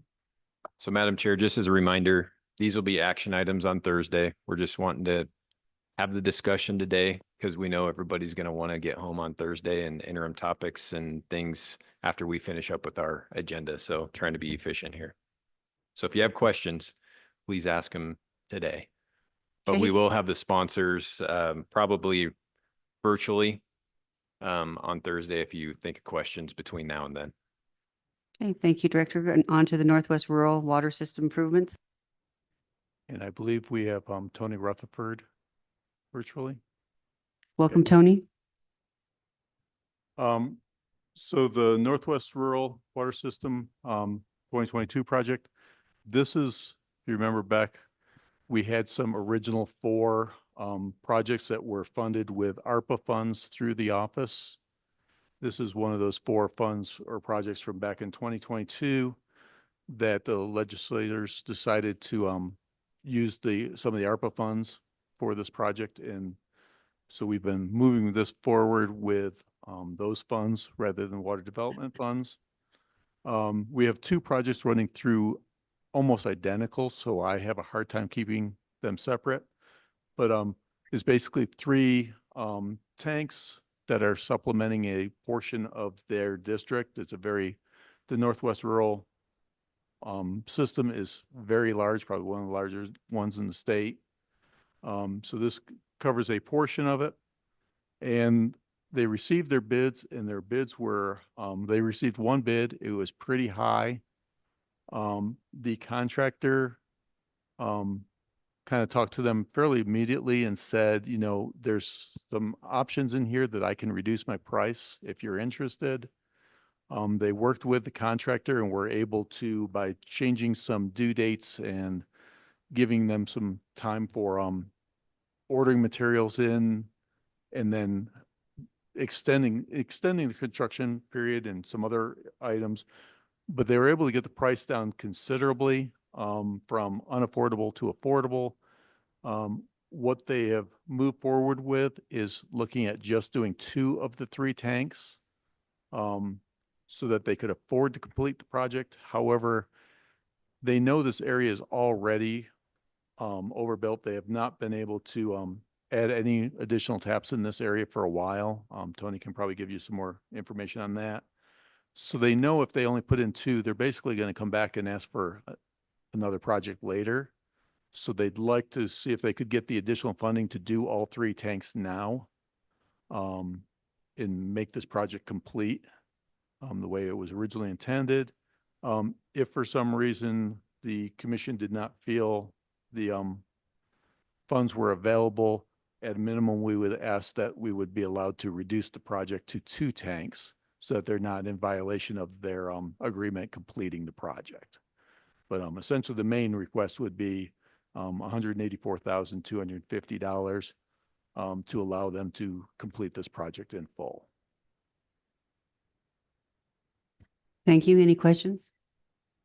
Madam Chair, I might just add for this project as well as the next one, because they have ARPA funding, they would be eligible for additional ARPA funding. So I have had a conversation with the governor's office about these 2 projects. They can't guarantee that they can reimburse us for this additional funding, similar to what we were doing on these other projects that we talked about from the legislative session language. But once they get through their October 1 clawback, I'll call it, from state lands projects through water and sewer projects or local government projects, they will consider that, but no guarantees. So there's potential for us to get reimbursed through ARPA, maybe. Okay. And welcome, Tony. Do you have any comments you'd like to add or say to the commission and select water? Madam Chair, can you hear me okay? We can, thank you. Thank you, and thanks for the opportunity to request some additional funding for this project for our district. Storage was a component, or the lack of storage was a component in our master plan from 2017 that was identified in many of our service areas as a constraint to keep up with growth and projected future demands. We serve about 7,500 people across Bighorn and Park counties, both from west of Cody to east of Level, almost to the Bighorn River. We operate in an area of about 162 square miles across those 2 counties, and with 10 service areas in that area. This particular project was recommended in the master plan to keep up with growth and projected demands in the future. The master plan was completed in 2017, and what that didn't take into account for was COVID and the flood of people that we saw move to these areas during 2021 and 2022. The main service area that this project is going to take place in is what we call our O'Donnell service area, which is west and mostly south of Powell. But it also benefits the Garland service area and the North End service area. So basically the whole rural area that surrounds the town of Powell can benefit from this with added capacity for new customers. We did work quite a bit back and forth with the contractor that supplied the bid. They are a contractor that we have history with. They did the last storage enhancement project for us in 2018. And they've done more projects for us more recently as well. But they did, their original bid was about $750,000 over our budget, over our project budget. And through negotiation with them, reducing the scope and changing the project schedule slightly, we were able to bring their bid price down about $500,000, but we remain about $275,000 short to complete the full project as originally scoped. We really feel like this is an important project for us to get, the base bid constructed at this point in time. Basically, as Bill mentioned, in order to get the project within our existing current budget, we had to reduce the project scope further by removing the third tank, the associated yard piping and valves, excavation, and fill, everything that would be associated with that third tank to get the project under budget. And we wanted to get the contractor a notice of award so that he could start working on procuring material and scheduling his crews and whatnot. So the other thing that I would add to that is at our July meeting, our regular board meeting was also our annual budget public hearing meeting. And our board did vote to amend our proposed budget for this fiscal year to add in $100,000 from reserves and $100,000 to our expenditures to match up the 33% of what we requested to make this full project go. And then at our next meeting here next week, our next regular meeting, the board is also going to discuss an increased plant investment fee for new users in these three areas to help recoup some of the funds that we've put towards this project. The original budget was funded with the Water Development Grant, an MRG grant, and then the remainder of the project budget was coming right out of our operating budget, which is a first for us in 32 or so years of operation here. We're finally getting to the point financially where we can kick some of our own money into these projects, and our board is willing to do a little bit more of that. So with that, I'd stand for any questions, and our engineer Chad Lynn with Tri-Hydro Corporation out of Sheridan, he's also on if there's any technical questions that he could answer that I might not be able to. We'd like to welcome Chad Lynn and Jeff Harkins. Jeff Harkins is out of Torrington, and we thank you for giving us that overview, Tony. We do appreciate you taking the time. I didn't know if anyone had any questions for them. And I didn't know if you had anything to add, Mr. Lynn or Mr. Harkins, that you'd like to say. Commissioner Suker, sorry. I just have one question. At the time of the bid letting, did you only receive one bid on this project? Madam Chair, Commissioner Suker, yes, that's correct, sir. We only received the one bid.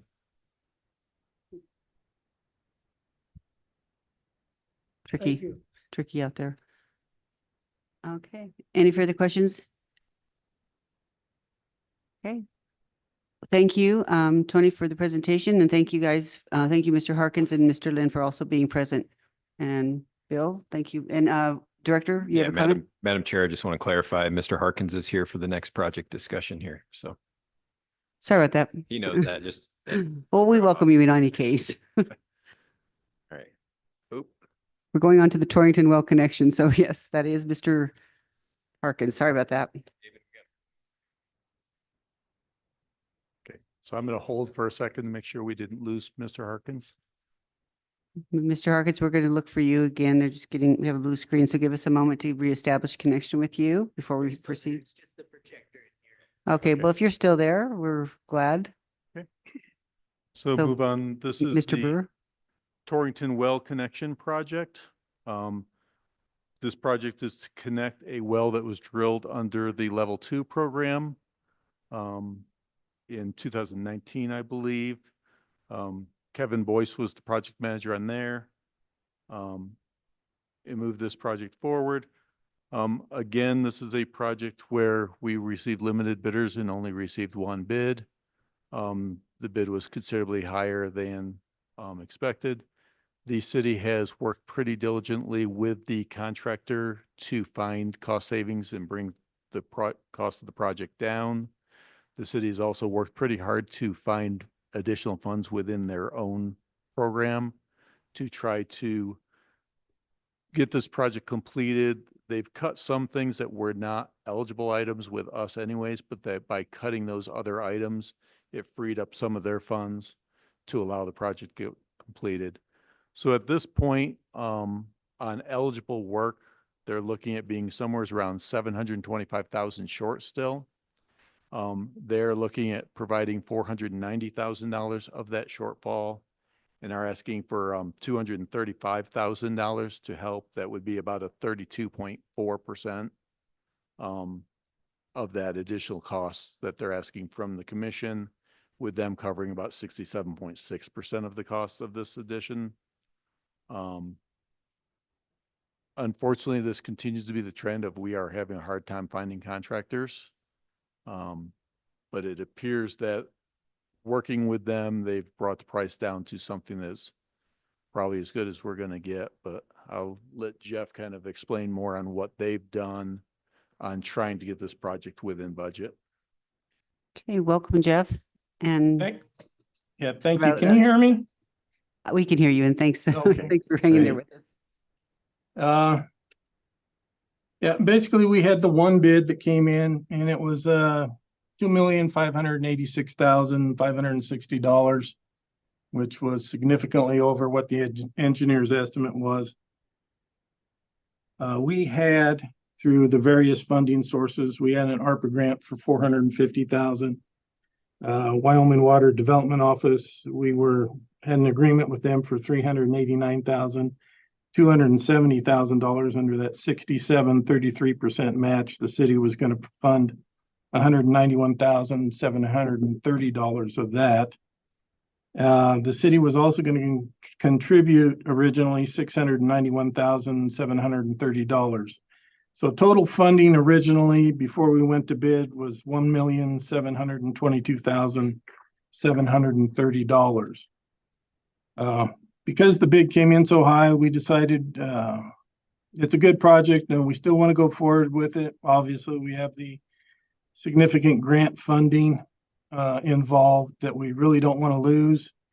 So we found some additional funds within our water department and negotiations from the contractor removing certain items. One of the big things was a backup generator that we took out. And so through the negotiations, we reduced the contract to $239,938. So the contract now, as it stands, is about $2,346,622. Basically, what we're looking for is any help that we can get. The money that we do have coming from additional funds within the city were reductions in the water department, like I was saying, and a reduction in the water department reserves. Basically, that all adds up to $808,050 that we were not anticipating spending for this project. So again, anything that the commission can do to help us with the funding of this project, we'd be more than happy to accept. Yeah, I'd stand for any questions that you might have. Thank you, Mr. Harkins. Commissioner Suker? Did you go through the SLIB or through the DWSRF for any additional funding, the Drinking Water Act? Have you tapped into those resources or not? We did not go through SRF on this particular project because we had received the ARPA funding and we were, under agreement with the Wyoming Water Development Office. And at the time, we did not see where we needed any additional funding based on preliminary estimates. So we do have several SRF loans for another project that we're currently under construction with. So yeah, we were totally aware of SRF funding as being an option. But at this point in time, it's probably too little, too late. Is it too little, too late to go through the SLIB? For additional ARPA funding, No, for additional state funding, I believe. like through the MRG program, Yeah, I think it's too late because of the ARPA. I don't know if you're aware that the state has passed, or not passed, but stipulated that all ARPA funded contracts have to be in place, signed, and executed by October 1st. So that kind of prevents us from being able to go to SLIB for any additional money. Thank you. Any so further- your critical path is right now, you need it prior to October. If you did that, you wouldn't, it would be a December or January SLIB time anyway, wouldn't it, if you made your application then? That's probably correct. And as SLIB is actually having a webinar tomorrow, starting at 3 o'clock, to discuss all the ARPA funding issues that I think the state is having. I think a lot of people were not able to get contracts in place and prior to that October 1st, so a lot of that funding may be coming back to the state. Another question I have then is, with your whole contract, you will have no loan, is that correct? No loan, but I think the city will have contributed about $1.6 million of its own funding into this project, if we don't get any help from anybody else at this point in time. That's all the questions I got. Thank you for your question answers. Okay, You're any welcome. further- Go ahead, Mr. Harkins. I was just saying you're welcome. Oh, okay, great. Any other questions? No? Okay, Director. Thank you, Mr. Harkins. We appreciate you coming here virtually. Thank you very much. Thank you, Madam Chair. So again, we'll take action on these on Thursday. The last agenda item is just general discussion, and I'll have Barry come up and just talk about the tour tomorrow real quick, and then we'll be finished.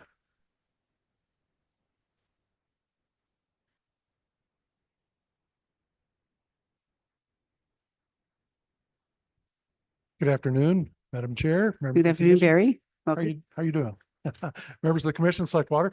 I get the privilege of talking about tomorrow's tour, and I think we have a fantastic tour planned. We had to build off last year, and last year, hopefully you think last year was setting the bar pretty high, so we tried again. We'll see how we did. Okay. We do have a fantastic day planned, as I mentioned. I will tell you that the first two stops on our tour mandate some security and safety issues. So it will be necessary to bring a picture ID tomorrow. That is required. Also, sturdy shoes. I've been told by both of the first two sites, sturdy shoes are required. No sandals, flip-flops, high heels, whatnot. So sturdy shoes tomorrow. We will board the bus at 8 a.m. promptly from the Hampton Inn, and we'll head towards Kemmerer. And our first stop is the Naughton Power Plant, where Pacificor at 9 o'clock will start our tour there. There will be a safety briefing. As I mentioned, there's also going to be security badges issued. So we've given them the attendees list, and also there'll be security badges there for you. We'll be there at the Naughton Power Plant about 90 minutes. There are restroom facilities available there.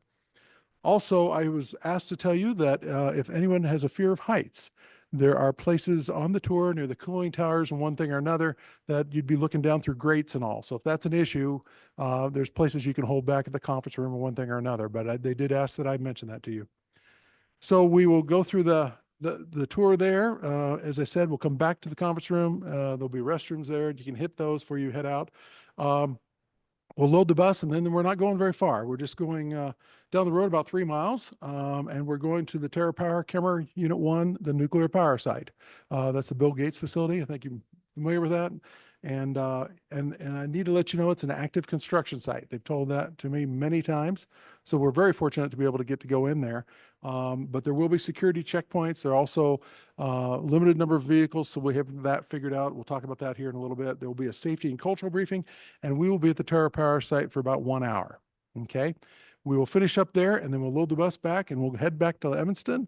And we're going to the Bear River State Park where we're going to have lunch, catered lunch. And David's promised me that seconds won't be a problem given the attendees list at this point. So we, yeah, encouraged. And as we finish up our lunch, we will have the superintendent of Bear River State Park come and talk to us a little bit about the park. Okay, that'll be at the end of our lunch. Then we'll board up again right around 1:40. We will head over to Sulphur Creek Reservoir. We'll go into the tunnel and so forth. We have the folks from the town of Evanston will be there with the water system, the utilities persons, and they will be there to talk to us about the dam outlet facility, their water system and so forth. We'll be there about a half hour. We will then load the bus for our last stop of the day, at about a 30-minute drive. And that is the Morrill Ditch Diversion Number 2 Small Water Project. And I've been told that that is kind of the poster child for a small water project in this area. And so we've got the Uinta County Conservation District Manager is going to be here, the landowners going to talk to you about that. I will tell you that because of it's a little more remote to get to, that the bus will only be able to go so far, and then we're going to transfer into some smaller vehicles to get into the site. So that will be the last visit at the site, visit of the day. We'll load the bus and we'll head back to the Hampton, be back around 4:30, and dinner will be on your own. So we'll do the catered lunch, but dinner's on your own. And again, picture IDs are required. You're going to have sturdy shoes. And then we've got a bus and a van and a pickup going, and a minimal number of vehicles they want in these sites. With that, I answer any questions, or if Jason has anything to add. Just a reminder, we're meeting at the Hampton because I know some people are staying in other hotels. Just had a question about the Kemmer tour. Is pictures allowed? That they have not brought that up to me. I mean, I will tell you, security has been a big deal there. And so I'm sure when we get there, we're going to have a security briefing, a cultural briefing. Sound like there may be a couple different security checkpoints. We will be met by the construction manager, first off from Bechtel. Daryl Rawson will be meeting us when we hit the security gate. Yeah. Thank you. Mm-hmm.